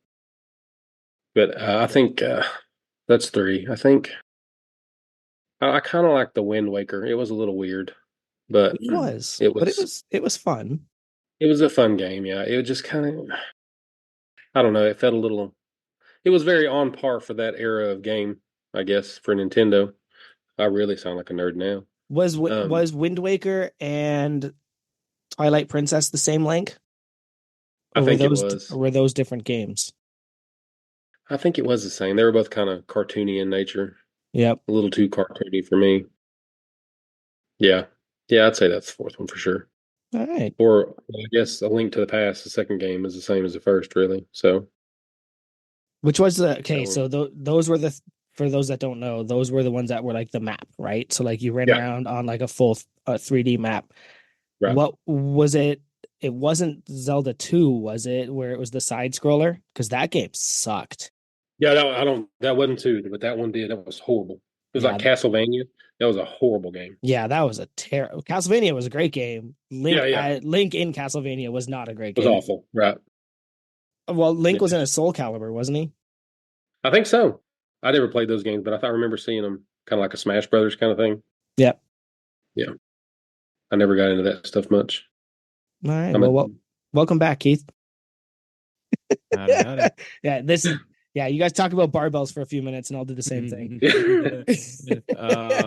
So I've had a couple of people ask me to ask you, I'm not sure if the stories are correlated. So there's something about being called Lunchbox, but then there's also a crayon story. I don't know if that's the same story or if that's two stories, but I want to hear them both or whatever I need to hear to understand Lunchbox and crayons. So I think the crayon thing is probably just a general dig at the Marine Corps. That's a fairly modern way to shit on the Marine Corps and Marines in general. Like we're crayon eaters. Yeah. Yeah. I had at least two or three ready to ask me what was your favorite flavor of crayon to eat or something to that extent. So so that's of them. That's more of a general jab, but it sounds like Lunchbox might be a little more individualized to you. Yeah. So that was my one of two prominent nicknames when I was in the Marine Corps. Because not that you can tell now, me being such a thin, ripped dude, not chubby and fat at all. I was a big dude for a Marine too, and I weighed I think my max weight was like 181 pounds, and I weighed 178 out of boot camp, and I looked like I was going to die. So I'm not built to be that small at all. So when I got to the fleet and I was allowed to be a little fatter as long as I made the tape test, I was pretty big for a Marine, which that whole culture of being a big dude to be a machine gunner and a couple other MOSs is coming back, thank God. But back then, if you weren't a recruiting poster, they were coming after your ass. Like you needed to look like a storybook Marine. You needed to look perfect. You need to be able to run an 18-minute 3-mile. Not this guy. So a couple of dudes started calling me Lunchbox for the obvious reasons that it looked like I was carrying around a lunchbox all the time and constantly eating out of one. And also because of Mallrats, Kevin James, Jesus Christ. I hope he doesn't hear me say that. Kevin Smith. Kevin James. Silent Bob. Kevin James. Yeah, that was sacrilege. I can't believe I said that. I just thought of like chubby dudes. But now I'm picturing Kevin James as Silent Bob. Silent Bob. That'd be a good remake. Maybe Adam Sandler as Jay. Oh, that'd be the worst. It would be horrible. Yeah. We're supposed to be Lunchbox and John Candy. Nice. I got called John Candy a lot because I was fat and I tried to be funny. And my platoon sergeant came up with that. So you're looking like a 36-year-old dude, maybe. Yeah, that guy because saying John Candy. So that would have been like in what 2002. Yeah, like that had to have been someone that was 10 years older than you because John Candy fucking died in like 95 or something. Yep. Yeah, even earlier. And my dad being a big fan of John Candy and SNL and all that stuff, I got exposed to real early. I knew what he was talking about, but everybody else in the platoon was like, "What the fuck? Who is John Candy? Like, why does he call you John Candy?" Yeah, I could see like a bunch of fucking kids just not even getting it. Like, great insult, Grandpa. Yeah. Okay, boomer. Yeah. It's a joke. I'm pretty sure I make jokes like that daily, and people don't get it. They're like, what? I fucking I don't know. Some of the guys I work with are my age, and then I work with a couple guys that are like 10 years younger, and there's just fucking no clue what I'm talking about half the time. But vice versa, I'm like, what the fuck are you talking? So you're speaking of your family there. Was it your dad and your grandpa that got you in lifting when you were younger? Is it kind of what you got you into just athletic sports and barbell training and stuff? So I didn't really get into lifting voluntarily until I was in the Marine Corps. Okay, and that gave me an out. Any rare occurrence where we would not do unit PT and we'd be allowed to do something as a squad or on our own, we could go to the gym. I was like, hey, as long as I ain't got to run, I'll do whatever. But my dad tried to get me to go when I was around my daughter's age now. She's 14. I think I was 12. and I didn't want to do it. I didn't like playing football, even though I played. It wasn't the biggest joy in my life or anything. It just didn't interest me. I liked hurting people and doing weird stuff, and those two things don't go together. Um, but it just the sport itself wasn't appealing to me. Well, he took me to the gym. We had a gym downtown that my grandpa and his friend started way back in like the mid '70s, and it was a rough ass place. Uh, this will sound like sacrilege to all the conjugate boys and the Louis worshippers, but I saw and heard things in that place that these West Side rock eaters don't. It was bad. There were bullet holes in the wall. Let's put it that way. My grandpa, they called him Ron Braun, still do. Went outside and beat the shit out of three dudes with a trash can lid because they interrupted the out one day in the mid '80s. I mean, it was a rough place. So great place to take a 12-year-old son, right? Yeah. I hid in the bathroom and read the Playboys as much as I could, but I was trying to formulate a way to get myself out of it and to never be brought back again. So I engineered this injury. I tripped over a dip station that was like sitting in the corner, not being used, and busted my shin pretty bad and was bleeding all over the place and never got brought back. So that was one of the biggest regrets in my life. I wish my dad died when I was 18 after I'd been in the Marine Corps just a little bit. He was 35. So I wish I hadn't have done that. And trying to explain that to your daughter when you take her to the gym, like, honey, look, I don't want to say it to you this way, but I'm going to die one day, and you're going to look Yeah. back and whoops, you had this damn gym trip so miserable. Like, please, just let me teach you how to be physical in some way. You ain't even got to like really be into it. Just enjoy it for a minute. I say that shit to my wife and she gets mad. Yeah. It's like, we're going for a hike. I don't want to go for a hike. I'm going to die someday. We're going to remember this. I hope that you think about this for the rest of your life. All I wanted to do was go on a walk with you. Yeah. All right. What else you got, Keith? I'll be back in a second. Yep. No, that was good. I want to say it was. I'm pretty sure I had a one here that kind of you had mentioned. Squatting earlier. So Jason from Surplus wants to know why your deadlift so much higher than your squat. Jason, look, when he can squat more than 2 plates, he can talk to me. Jason's a good dude, man. He's been a real good business influence, if absolutely nothing else, and he's been a great friend too. He's a good guy. Yeah, that's what I love seeing. There's so many of these military-owned, veteran-owned companies that you guys seem like you're a whole deeper level of like click and tightness than you're not that you're like excluding other people, but it's like right. When you like at Home Gym Con when they got like the picture of all the veterans and stuff up there, there was like fucking like 9 business owners up there or whatever it was. Like that was cool shits to see, and you guys, I'm sure that networked a lot and help each other out. That's just very cool to see. Even if you're not, you get. I'm assuming there's a lot of ball busting from all the different branches and shit too. As you're a fucking crayon eater, as they say. So that's just cool that everyone kind of come under the same banner of just just. Yeah, we try to take care of each other, man. It's not, and I don't look down on anybody that didn't serve. You're probably a whole lot smarter than we were. I regret it almost every day of my life, but wouldn't change it for anything. It's a pretty difficult conundrum to deal with on a daily basis. But having those people who share that similar background who are now trying to break out. When you're told that when you get out, you can be a cop or you can just come right back in the military. Like there's nothing for you to do, especially if you're in a combat arms MOS. Like, what are you going to do on the outside? There's nothing, that shit don't correlate. Like you want to join a militia and end up in prison maybe, but it's nice to have somebody that can at least kind of speak the same language and you can share your struggles of not knowing how to add but still trying to like balance a budget and keep the books and shit like that. So how long when you were actually in the Marines then? I was in for 4 years. Okay, so you were before in, and then we definitely had some cop stories and stuff. So you were a police officer at some point after the Marines and before Belt Fed. So more than this, I left that for similar reasons to leaving the Marine Corps. I plan on retiring from the Marine Corps. It's all I wanted to do my entire life, and it was the Army. My whole family was in the Army, but I'm the oddball. I switched to the Marine Corps pretty late in high school, but plan on staying 20 years. There was some dickhead staff sergeant was asking everybody. I checked into the School of Infantry on September 11th, 2001, so that was pretty wild. And I was like, well, shit, this is what I wanted. So I didn't think I was going to get it this early, but here we go.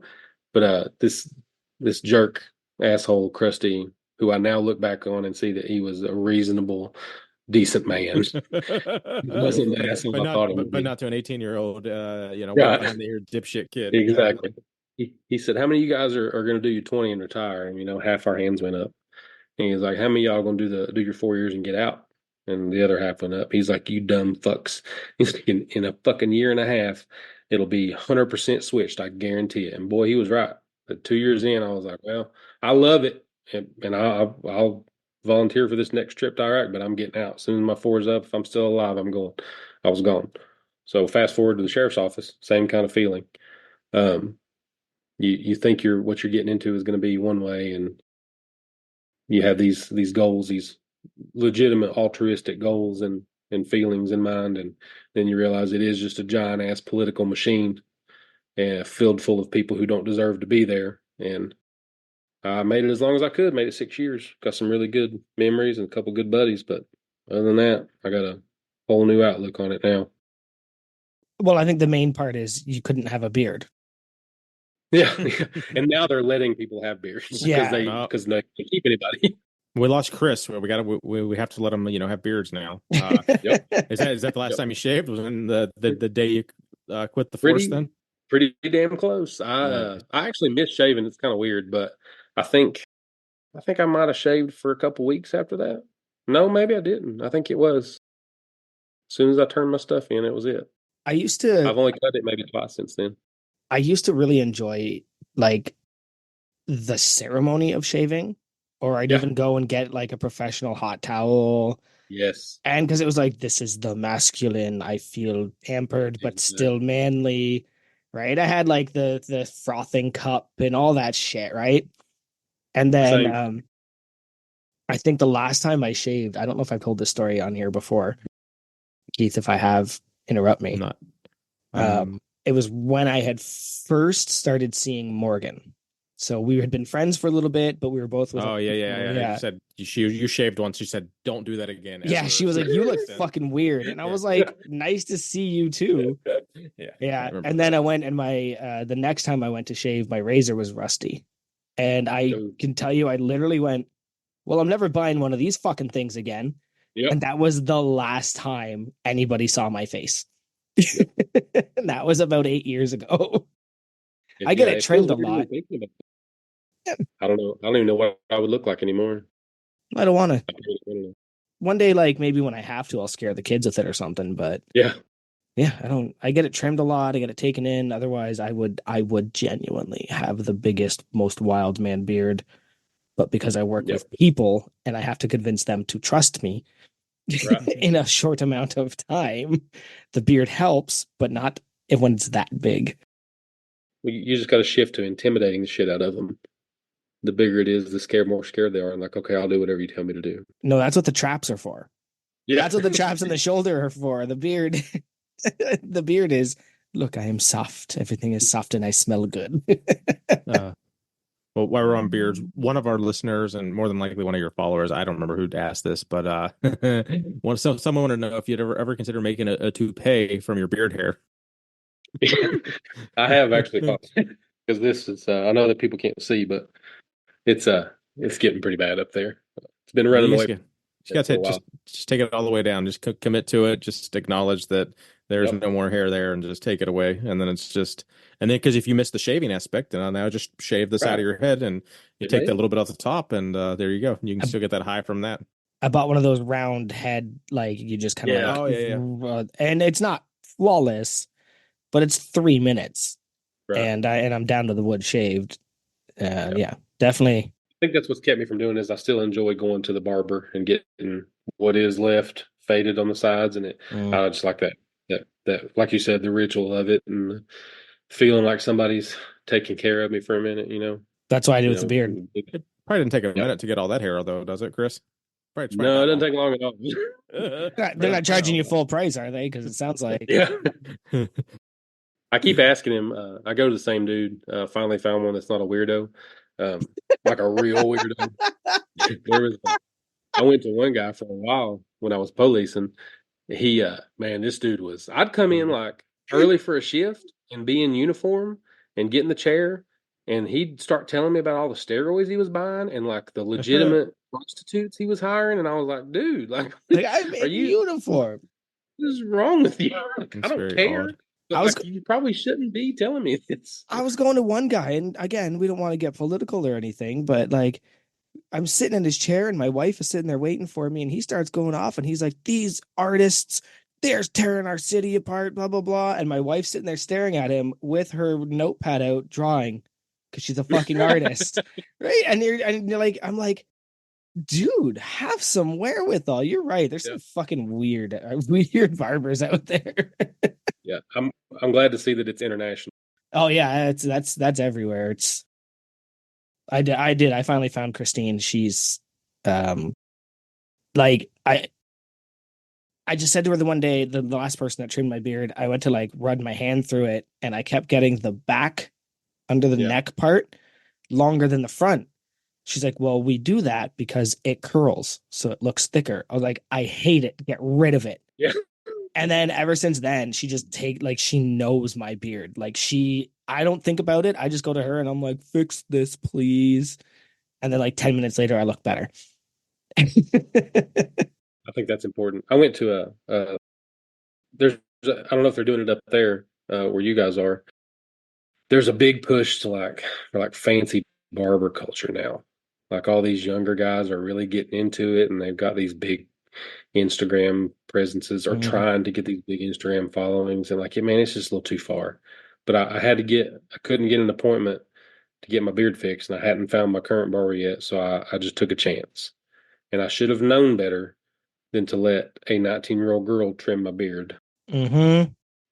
She's probably never even seen more than a dozen beards in her life, but I remember towards the end, she leaned around the chair sideways at me and said, she whispered it too, and I don't know if she meant to do it this way or she was just weird, but she said, "Hey, has anybody ever used a beard straightener on you?"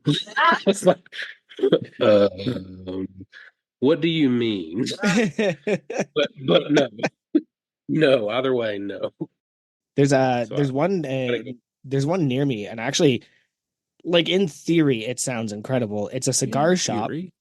It's a cigar shop, and then a smoking patio, and then a barber shop. So, cool. In theory, this is wonderful. But every time I've gone there, it's just the one guy I liked, he ended up just retiring to go ride his motorcycle across the country. Hey, have at it, bud. You're awesome. But yeah, it's always just these the hipstery types where well, we're gonna pull out our axe and we're gonna get an Instagram post, and I was like, fuck you are not. I'm gonna go smoke a cigar and make this whole thing smell terrible in a minute. I don't need this fancy shit. Yeah. And they're always wearing the goofiest shit too. They've got a whole bunch of jewelry on, and I'm not. Yeah. No, my thing. Maybe I'm just old.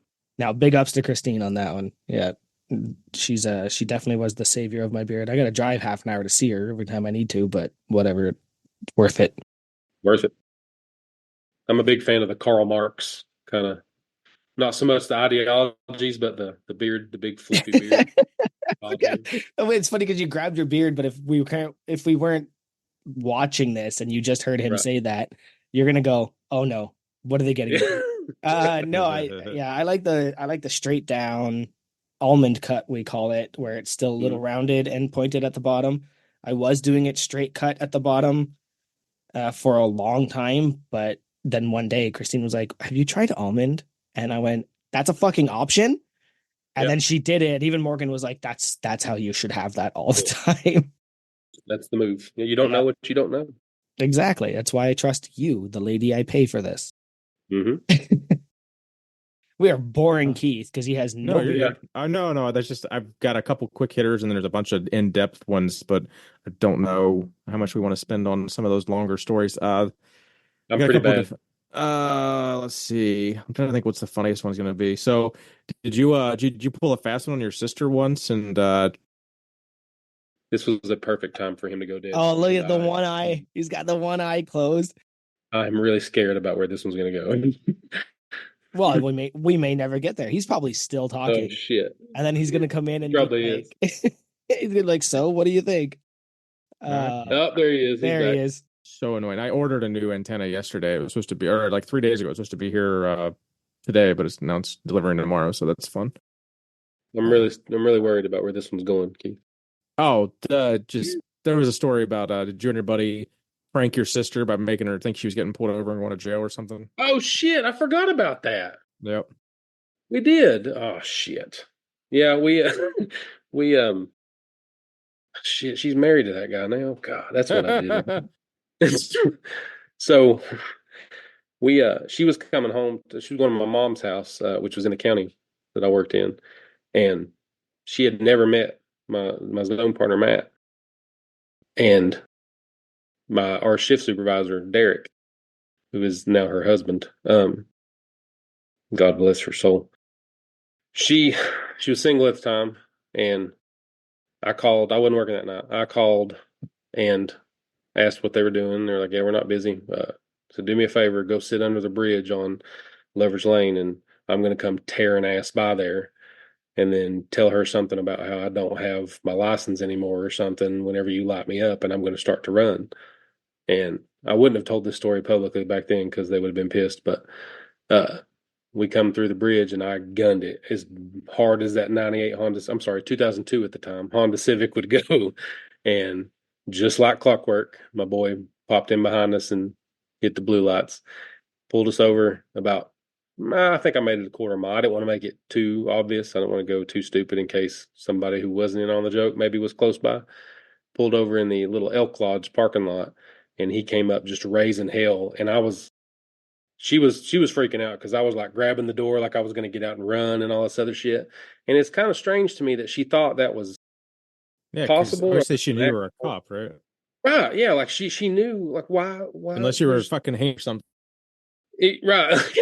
I was just like, cosplaying. why would you? Okay, buddy. Sorry. So you super trooper. Yeah, exactly. Yeah. Yeah. You boys like Mexico?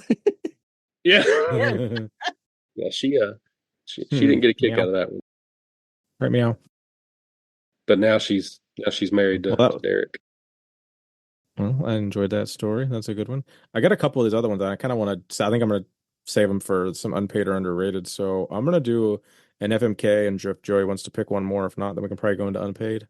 Yeah, we're breaking that 2-hour mark, right? Let's. Yeah, we're already. Yeah, so I figured I'll do FMK and then right in because a lot of the unpaid. I don't even care if we go over because there might be more than 6 unpaids I want to hit because they're just going to be like. There's some good ones. So, I hope. So FMK, powerlifting, strongman, making dress belts. Oh shit! Who told you that one? I hate making pant belts. I've heard. Look, God, man, and I don't know why they're so simple, but I think I'm worried that I'm going to do something wrong. I don't know. God, I'm fucking killing that for sure. and like, I don't think I've worn a proper belt in years. Just get pants that fit. Fucking figure it out. Right. I gotta wear one every day because I wear a tool belt on top of it, so I can't. I gotta, keep my pants up. Since I don't leave the house, I you go double belt to the gym and then come straight home from the gym. So I just wear gym clothes at work all day. Like I very rarely wear a belt, and I sell them. I have one of those incognito belts. Right, it's just like an elastic band that only goes around halfway through you. Fuck, I love those. Now I do like making gun belts, which is just like a double layer of a regular pants belt. But I fucking hate trouser. Yeah, I think I saw that on Instagram, so I figured it may make it easy on you. So basically, it's just we kill that right there. Fucking marry powerlifting and strongman. What do you got? So man, it's a rough one. Sometimes I want to kill powerlifting. Yeah, you have done. I know you have done sanctioned meets in both. Yeah, I've only done deadlift only in powerlifting. I've still not done. Yeah. I was trying to find an open powerlifting. I couldn't find you, but I wasn't sure if it was under Chris or Christopher, but nothing was coming up. Right. So no, I've been putting that one off. I just did a deadlift only, and that was stupid trying to cut a whole lot of weight and didn't pull worth of shit. Barely pulled 630. But yeah, that's just fucking pussy weight right there. Goddamn. Just for I'm fucking for over here 280-pound man though. I'm over here struggling at 450, and you're over there. Yeah, and I mean, if it's your first meet, I wouldn't worry that much about cutting weight. Like, so Well, yeah, it probably cost you some pounds. Yeah, ABC always be cutting. That's the super heavyweight for me. I was gonna say that I was ABB always be bulking. Yeah, been bulking since birth. I don't know about you guys. yeah. No, I wasn't trying to cut just to make a weight class. I'm on a perpetual cut because I'm fat and Same. doing really good at it, and I didn't want to stop. And I was like, well, shit, I am so close to this weight class. I might as well do this stupid little water cut for 3 days. And no, it wasn't smart. Oh, okay. Then you're warming up, and you're like, I know that just sometimes, like when I talk about it, I get people that are like 220 pounds and they're like, I'm gonna get to lower weight class, and I was like, dude, figure it out. Like, just lift what you're in now. It's your first meet. Like, no, I want to win an award. No, you don't. You need to go and get your lifts in. Yeah. All right, so it was FMK. What did we get there? I'm sorry. Sorry. So I was having fun. You powerlifting? You need powerlifting strongman. Which one you fucking? Which one you marrying? I'm probably gonna. Oh God, this one's hard. This should not be this hard. So we like the game. You do have some druthers there. I would probably, if I had my druthers, I would probably marry powerlifting, because maybe it would be like some sort of Victorian betrothal where I would learn to love my wife later on in life, and I'd keep that strongman mistress on the side. She'd be the nanny, always there if I needed her. The true love on the side. I hope my wife doesn't listen to this. Oh, I'm not sure. Randy marrying me. She's pretty busy. She's probably got fucking cut. She's probably cutting leather right now and carving Probably leather. she better be. She's in the room, and that's it. You better be, by God. Those orders are backing up. Damn it. Mm-hmm. What is your chart? I'm just curious. Get back into the belts real quick before we go into unpaid. Like, if a belt comes in today, mildly, I guess so. Custom text, whatever. What's the when's it showing up at my house? Are we talking like a month? You talking 2 weeks? Talking 2 months? We would conservatively say 4 weeks, but we have finally, as of today, really, we've finally gotten semi caught back up on stuff like that, and we'd probably get it in 2. You're going to hear, folks. Order now. Yeah, order now. So three spots left. Be made into a liar. Just an influx of orders to fuck you up. Yep. Okay. Before we jump into unpaid and underrated, what does Matt mean when he says "get the fucking gun up"? He means that's a call to arms. Whether it be, I think that's applicable to any absolute fucking aspect of your life. Get that fucking gun up. That's your one true job, is to stay on that gun for as long as possible and to burn them fucking barrels up. That's the machine gunner's, I guess it's not motto. What's the mantra? Creed? Get that fucking gun up. Yep. Always, no matter what you're doing. Well, speaking of Matt, he wanted to come here and ask you that himself, but he just he couldn't make it tonight. So I thought I would ask on his behalf. He's a good dude. I don't know. He's out there in Boston. Boston is it's Boston. I think when he found out he wasn't going to get a pillow, he just decided to bail. He thought I honestly don't blame him. I was thinking about shutting this shit down when I didn't have a bag. We've never had to do that. Just like fucking walk off. I thought he's fucking dickhead. I thought it was just be like, go ahead. I'd just be like, oh man, I get to go to bed now. That's awesome. Like, we'll figure out the podcast tomorrow. I'm going to bed. That's so great. I would literally just sit here and just podcast by myself. Like, I would just pick up the phone and phone scans. I would just phone people until somebody answered and be like, yo, jump on the Zoom. And it would just be me standing here with my phone, recording into Zoom, going, Scants Joey, you want to come on? Okay, no? Okay, I'll phone Tanner. And I would just keep doing that till somebody jumped on the Zoom. And it would be the worst. It would be the party cast of our podcast. I told you it'd be the worst guest you ever had. So Big Kris, unpaid or underrated. Game we created all by ourselves, similar to overrated and underrated, but a little better. So unpaid obviously being no thank you, and underrated being awesome. So we're gonna do a few of these. We might do more than a few. So I'm gonna kick it off here with one that should lead into a pretty funny story, and feel free to tell the story or not. Right. So CBD gummies. Fuck. And I've read the story. I don't know if you want to talk about it or not, but feel free, or just give me an answer and we can move on. I don't want to put you on the spot. You don't have to say the story. And No, I I'll have tell it. This is I have so many questions about this. Yeah. So, fucking unpaid. Like that, man, that was I've had some experiences in my life. If I had to narrow down to three of them that I'd never ever want to go through again, that's one of them. Me being a fairly straight edge person for most of my life, I didn't drink or smoke or anything like that until I joined the Marine Corps. A lot of other people were starting way early in high school and stuff like that. Uh, I, I think I maybe have partaken in the devil's lettuce maybe 5 times in my life. Never really enjoyed it that much for various reasons. But my buddy Matt tells me that we're going to go hiking one day and find this place called the Lost Cove in Unicoi County, one county over. It's an old, kind of like a mining town that's legit just cut off from the world, and people had to walk to and from it to get to any kind of civilization. And the houses are still there, the cars are still there from like I think the latest was like the late 40s. So I was like, yeah, let's go. And he was like, well, I got these gummies, and I was like, man, I told you I don't know about this.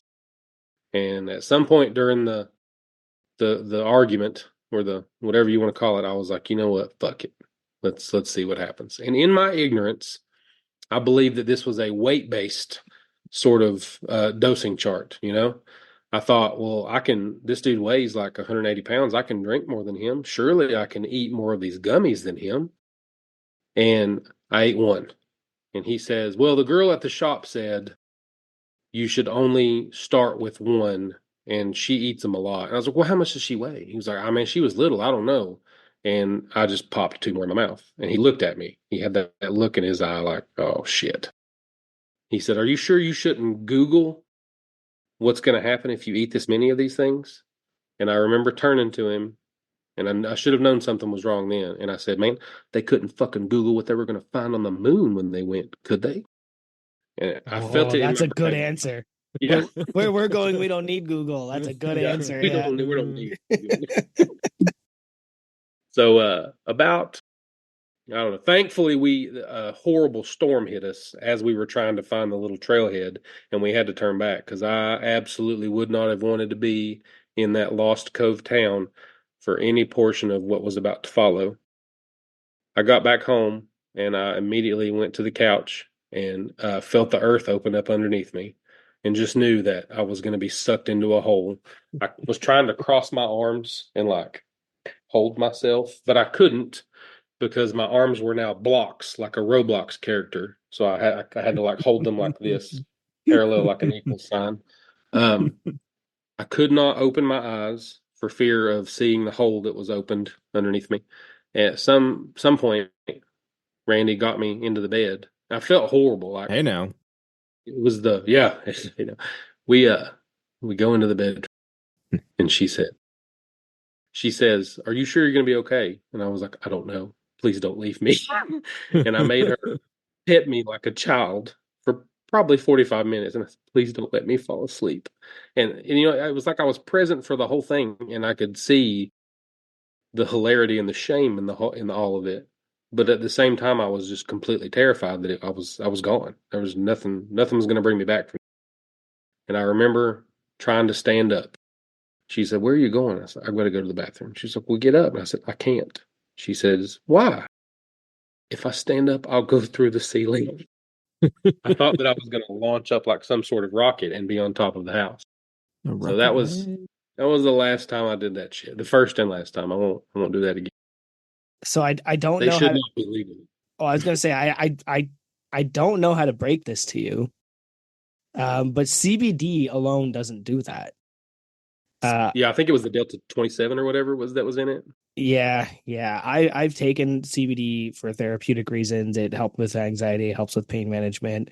Right. And I'll take 20 milligram doses 2-3 times. And at most, I might feel a little okay. Heavy doses of THC do that. So I think they might have been CBD gummies, but they might have been 50-50 on those. Yeah. Fucking Yeah, wild. and they tasted really good. I think that was part of the problem too. Yeah. Yeah, no, I definitely, as I was reading this story, I was going, no, like I can have a CBD and my day goes fine. I'll have one in the morning and go through the entire day. But if I have like one little drop of THC, I get what you got. It's over. Right? Yeah, and I'm pretty sure they might have been the Delta, I guess Delta 8. Which one's the one that's like not good? Is it 8 or 9? I don't know. I'm ignorant to that stuff. I am too. I just know that when I go for 0% THC. Yeah. 100% CBD, 0% THC. Take that under guidance and give it one more shot, but I don't know, man. No, definitely don't do anything you're not comfortable with. But I was just like, yeah, you got dosed with something there that actually sounded more like sativa than anything else. Oh yeah, continuing on with Joey pronounces shit weird. That's called sativa, isn't it? Like that's sativa. Like no, that's stevia is a sweetener. No, sativa. Sativa? SATIVA. You're adding vowels. I thought it was sativa. I just remember a couple of my buddies. I did that shit in fucking high school once. Oh my god, that was the whole world went a fucking trip. The whole world went left for a minute. How'd that fucking happen? Yeah. Like I'm laying on the carpet and I was like, somebody goes, "How do you feel?" And I was like, "Everything's left." They're like, "What?" I was like, "Just everything's going this way. The whole world is going this way." And it's fucking wild, right? Like no thank you. No. That was the closest I mean, I've never like done like hard drugs or anything, but yeah, I ended up doing that once and I literally took a trip. Yeah. I was on I basically had to like lay down in a room because I was so fucking out. I think I was fucking drunk and stoned at the time anyway, so that contributed back when I did that shit. And there was like a painting of a fucking ship or something on the wall. And like the next thing I knew, it was like in my head for 20 minutes, I was like a fucking captain of this boat or some dude on like the deck of this like ship, like swaying in the ocean and stuff. Man, and you come out of it and the guy, and you're like, man, how long was that? And you were in that room for like 2 mintes. I'm like, the fuck, 2 minutes? I was literally in my head so yeah, months. I will never want to do that shit. That definitely cleaned up my shit after. That was one of the last straws of me like being a dipshit with like experimenting with shit. So not something I was proud of. It's not fun. It's not my bag. Not my bag, baby. Well, something that is your bag, I'll ask you about this one here. Unpaid or underrated Weird Angle Wednesday. That shit is underrated.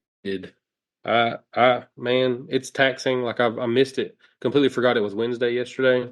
And I feel really bad because we have such wonderful devotees that are regulars. But man, there's so much potential there. But I get it. It takes a lot of effort to remember and think of something and try to be original. But, I think a lot of people think that it has to be workout related. No, you can do that any time of day, any place. I think it's a good way to break the monotony of bullshit social media posts and just do something stupid for once. I think that was the first time I actually got wind of you was because I posted a really silly video of me benching and making funny sounds. It was when I first did my Jennifer Coolidge impression for anybody. And I think somebody tagged you and was like, "Is this a Weird Angle Wednesday?" It definitely was. Yep. Because it was like from the inside of like you couldn't see the plates. You could just see the bar coming down and like the side of my face. Yeah. That's perfect. Yeah. And somebody's like, "Does this count as Weird Angle Wednesday?" And I was like, "Well, it does now. Like I'm in." Yep. Yeah, that's one of my favorite things, man. Plus, it's a good way to show off my wonderful, beautiful wife in different angles. It's my favorite thing. I get asked a lot of times, like, "Look at all these thirst traps." I'm like, "Look, I'm not trying to sell you anything with this. I'm just genuinely that obsessed with her and want to find as many angles as possible to photograph her from." It's a thirst trap. No, my wife is hot. Shut up. Yeah, shut up. Go before I let outkicked you my look, coverage. fucker. Let me flaunt it. Yes. I think we all did that for the most part. From what I've noticed in the crew, I think we've all done well in that department, I feel. He's a charming person. Unpaid or underrated. I might have to do two more. I'm not sure here. Let's do it. Yeah, so this one, you already kind of touched on it a little bit, but yep, what do you got? I say you should do the first one because I don't know any of those people. All right, yeah. That's, as long as you ask the third one down. Unpaid or underrated group chats with Jason and Kurt. That is Your- underrated. Yep. Randy specifically said, I think you giggle like a middle school girl when you get texts from it regularly. Yeah. So it sounds like you guys got a pretty tight connection there. Yeah, they're always talking about. I'm way behind most of the time, like I am on everything, but they're always talking about some pretty entertaining shit. And even if it's just like random, this is going to sound a little too intimate, but random, hey, I love you, love you guys, or have a great day, or some shit like that. Some things that people just need to hear occasionally, but they're good dudes, man. They're fairly entertaining for a lot of reasons. Even though Kurt's in the Air Force, we can't forgive him for that. Well, what's a good jab at the Air Force guy? Since he didn't Everything. I just don't know how. I don't know how his parents haven't disowned him, or how he goes in public wearing that uniform. How he has a wife or children that haven't ran away. He must be doing something. Is Chair Force a regular thing? Chair Force, yes. Okay, because that's a good. What I was a classic angling for. I had a friend come in and he was telling me about because he kind of dancing around it that he's in the forces, and he was like, well, this is what pilots have to do in order to be like, and I was just like, yeah, the Chair Force, like I get it, like I understand, and I didn't realize that he was in the Air Force. Yeah. And I'm just like, no, man, you're not really gonna sell it to me. Like I don't believe that pilots need to be in top physical conditioning and strength.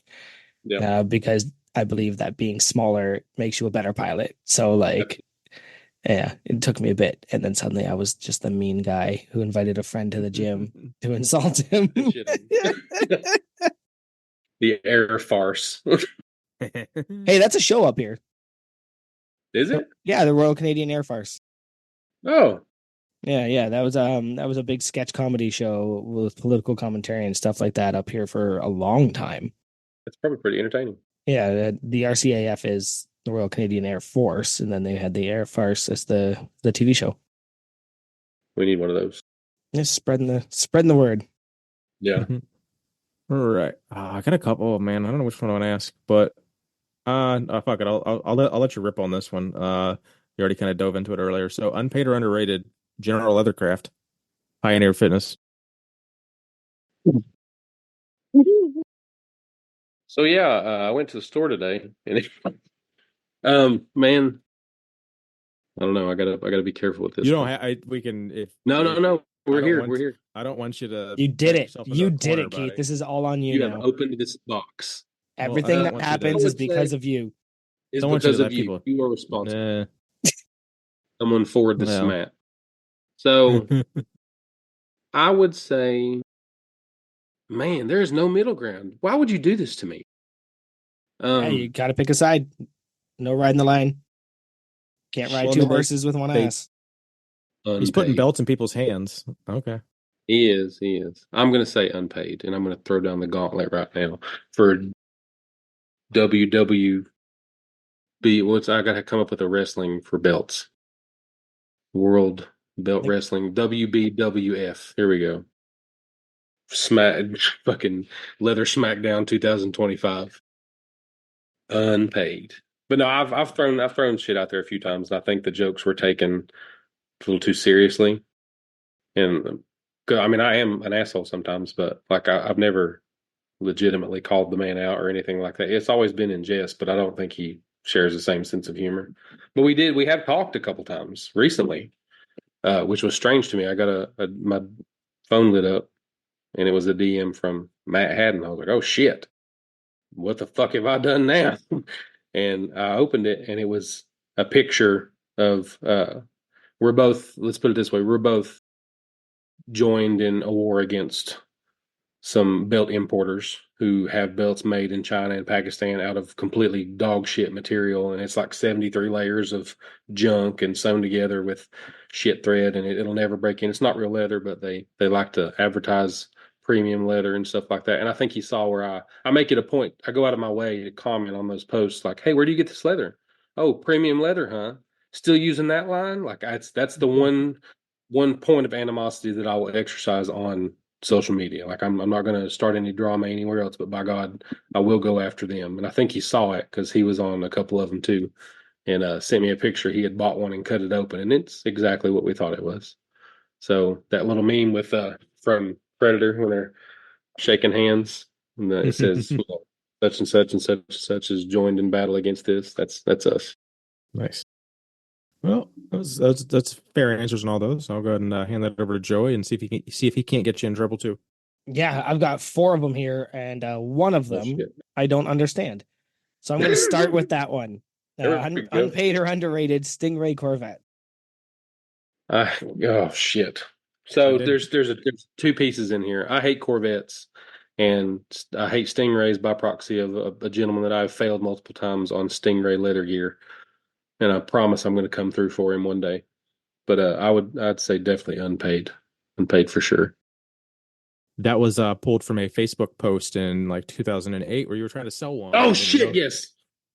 Yeah, I try to sell that just to make a little bit of money. I can't stand those things. I didn't know if so it wasn't I didn't know if it was your car or not. I assumed it was by the. That was my father-in-law. Okay. So very swing and a miss by me on that one then. No, you're good. I just couldn't think back that far. That was good. Okay. Unpaid or underrated leverage belts. What's a leverage belt? I didn't have that. I'm not sympathetic. Oh, and he froze. Okay. So that's perfect. Look at that. So these are his show notes. What about the breath belt? Man, I'm not a fan. He was gonna say he doesn't listen. You can say whatever you want. Not a fan. That's definitely unpaid. So I'm drawing a blank on leverage belt. Google it. I'm trying to figure out who added that. I don't remember. It was a regular. I think it might have been Joey E, but I'm not positive. Great. Moving on. Well, now I feel bad. That's okay. The next 2, I promise, are probably going to get something. So, unpaid or underrated bubblegum. I eat the shit out of bubblegum. That is underrated. I think I actually on the way here. You ever seen those little bags of bubblegum gold? Yeah, it comes in like a little lap sack. Yeah, I ate an entire one of them driving to the shop tonight. I think this might be the only time I think we've disagreed all night. I fucking hate gum. Like I love it. I only use it when there's stuff in my teeth and I don't have toothpicks. Like I hate, and I spit it out immediately. I hate gum. You're not getting the right kind of gum, then, man. I'll chew it for long enough. I just can't stand it anymore to swallow it. Like I'm sure that you swallow all that bubble gum. Oh yeah, dude. I eat it. Not a whole bag of Big League Chew. Like it's gone. It'll be in my belly. It probably doesn't matter. I think your stomach acid's going to take care of of almost anything, right? Like the whole idea of sits in your stomach for 7 years. Yeah. Yeah, 7 years. You'll poop bubbles. Yeah. Well, maybe I want to poop bubbles. Might, but maybe not from bubbles. Yeah. Maybe I want to shit a balloon, Mom. Yeah. You're not the boss of my poops. Don't tell me how to do my life. So what's your favorite bubble gum? Definitely underrated. What's your favorite kind of bubble gum? Oh, great. Sorry. Absolutely great. What is our brand? Is it like so Big League? I like Big League Chew is like sure. the best known, it's right? Top tier. Yeah. And my mouth is watering now thinking of fucking bubble gum. Exactly. What a nightmare. Hubba Bubba is a good one too. Great. Yeah, they really figured that out pretty quick, eh? Hubba Bubba's top echelon. All right, well, crew, you feel free to tag us and tell us how wrong we are about bubblegum because we have 2 opposing people here. Yeah, they'll come and let us know. The last one, unpaid or underrated, Garth Brooks. Underrated for sure. Now, if you would have said Chris Gaines, it would have went another way. Oh, I love Chris Gaines, so we can have that conversation too. I don't know that I would have fully went unpaid, but it would have gotten close. Garth Brooks, however, is one of the greatest human beings to ever walk the planet. He is. I'd call Baton Rouge every night for him with my last dime. Yeah. That's my man. Yeah, actually, I agree, and I know all the jokes about where's the body, Garth, and all that, but like, it's because sometimes we just can't have good people in pop culture, and Right.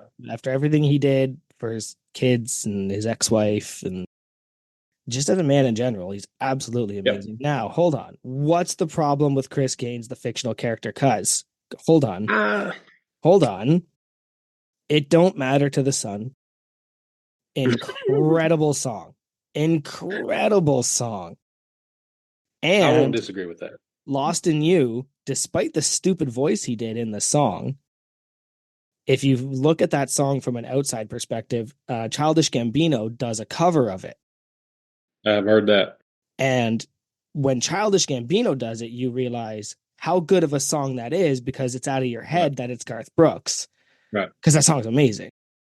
But specifically, I was asking because unpaid or underrated Garth Brooks.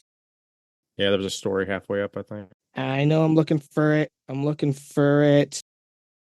The little singing. Yeah. I might have already. I don't think I crossed it out. No, you did, but it doesn't matter. I should still be able to fucking read. There it is. Unpaid or underrated Garth Brooks at the Mid-City Grill. Shit. So that I was really worried about the sister question earlier because I thought it was going to be I thought it was going to be about some incidents at this particular dining establishment with my sister, which I don't know if I should clarify or leave that for the imagination of the listener. That could go a few ways too, especially here in the hills. It's definitely underrated. We've had quite a few. Why are all my good stories about substance abuse tonight? Like this? I mean, this story was just about you singing Garth Brooks to a diner of people. Really drunk. Perhaps late at night. I wasn't going to go there with it, but you didn't. You said I was drunk. I would never say that as a regular drinker. I would never call somebody drunk. Right. That was a good night. Not the worst thing I've done in Mid City. Well, I think you passed unpaid or underrated. Indeed. I'm glad I passed something. Pass that bubble gum soon. Yeah. Drug test, but... All right. I think the next one is. Go ahead now, Keith. You go. I've been talking a lot. You got anything for us, buddy? Anything you want to turn the table and bust our balls with? Man, I think you've foolproofed yourself. I don't know that I have anything to come back on now. I just appreciate the opportunity, being able to run my mouth for a little while. I'm pretty long-winded and get off on tangents and stuff. I was worried to bomb your podcast here. No, you've done great, buddy. You did absolutely not, except when you said that Keith has foolproofed himself.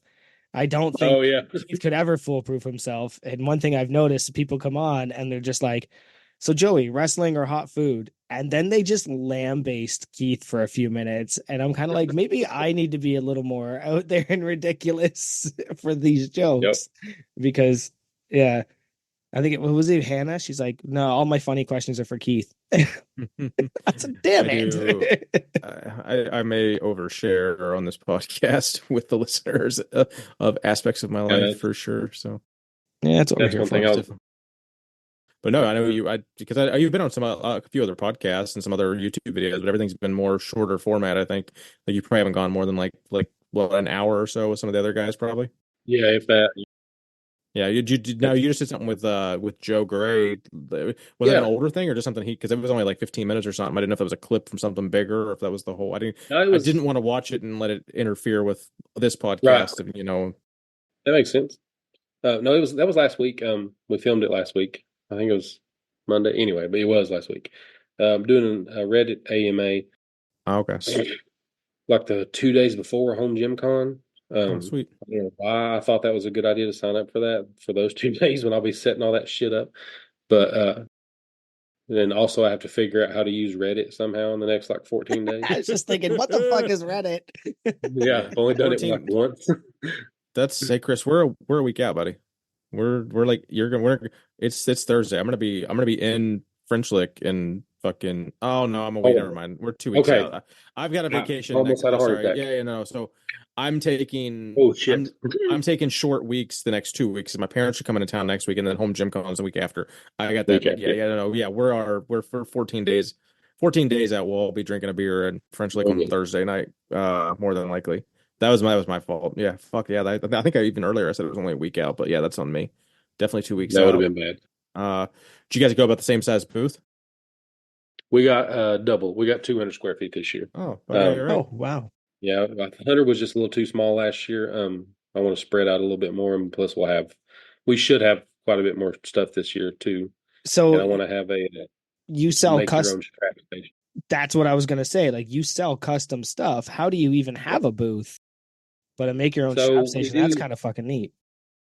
I think it'll be really fun, man. That's going to be as long as I can engineer a stand to do it right, because you got to do some pounding on that thing, and you don't want to be doing that on one of those Sam's Club fold up tables and go through it. Bring a GHR. Yeah.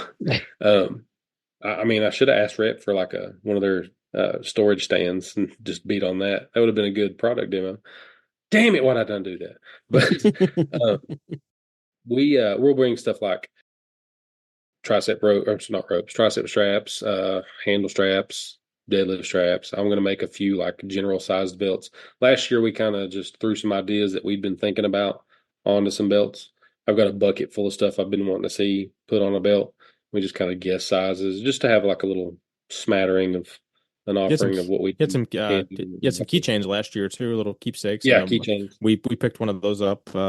We actually picked a handful of keychains from a few different companies that were selling stuff. So definitely that's my one current Belt Fed created product. But after this, I might have to. I don't know. I've been a loyal pioneer or belt wearer for damn near a decade, probably at least 7 or 8 years. I don't blame But yeah, it's definitely an upgrade over that fucking Inzer, and I'm sure Yeah. that Inzer forever belt. They call it a fucking forever belt because it takes forever to break in because it never fucking breaks in. Yeah, those things but- it's ridiculously uncomfortable, and I'm not sure why they're even a thing. Like, why do people spend money on that shit? But a Randy carved NWC no wine cellar or something or other. Goddamn, that's got my dick hard. I like the sound of that. That'll look good, man. I have a Pioneer belt myself. It says lift bearded because that's always just the thing I've always said. But I have a problem where my shoulders and back are getting bigger, but my gut is getting smaller. So none of my shirts fit, and now my belt doesn't fit properly either. Yeah. So yeah, you might be seeing an order from me, but don't tell my wife. Speaking of Home Gym Con, don't forget code unpaid to get our tickets, to get a little money off your tickets. Obsidian Barbell, code unpaid, or Lift Bearded goes the same way. Barbell Rescue, code unpaid. Like, our code is just unpaid across the board. Yeah, someone was asking the other day. Like cap locks shouldn't matter for anything. No, at least on the it doesn't that I know usually. of. So yeah, just unpaid, one word. Big things coming from Plate Snacks. I've got some inside information about maybe a small announcement coming soon on that one. Yeah, definitely.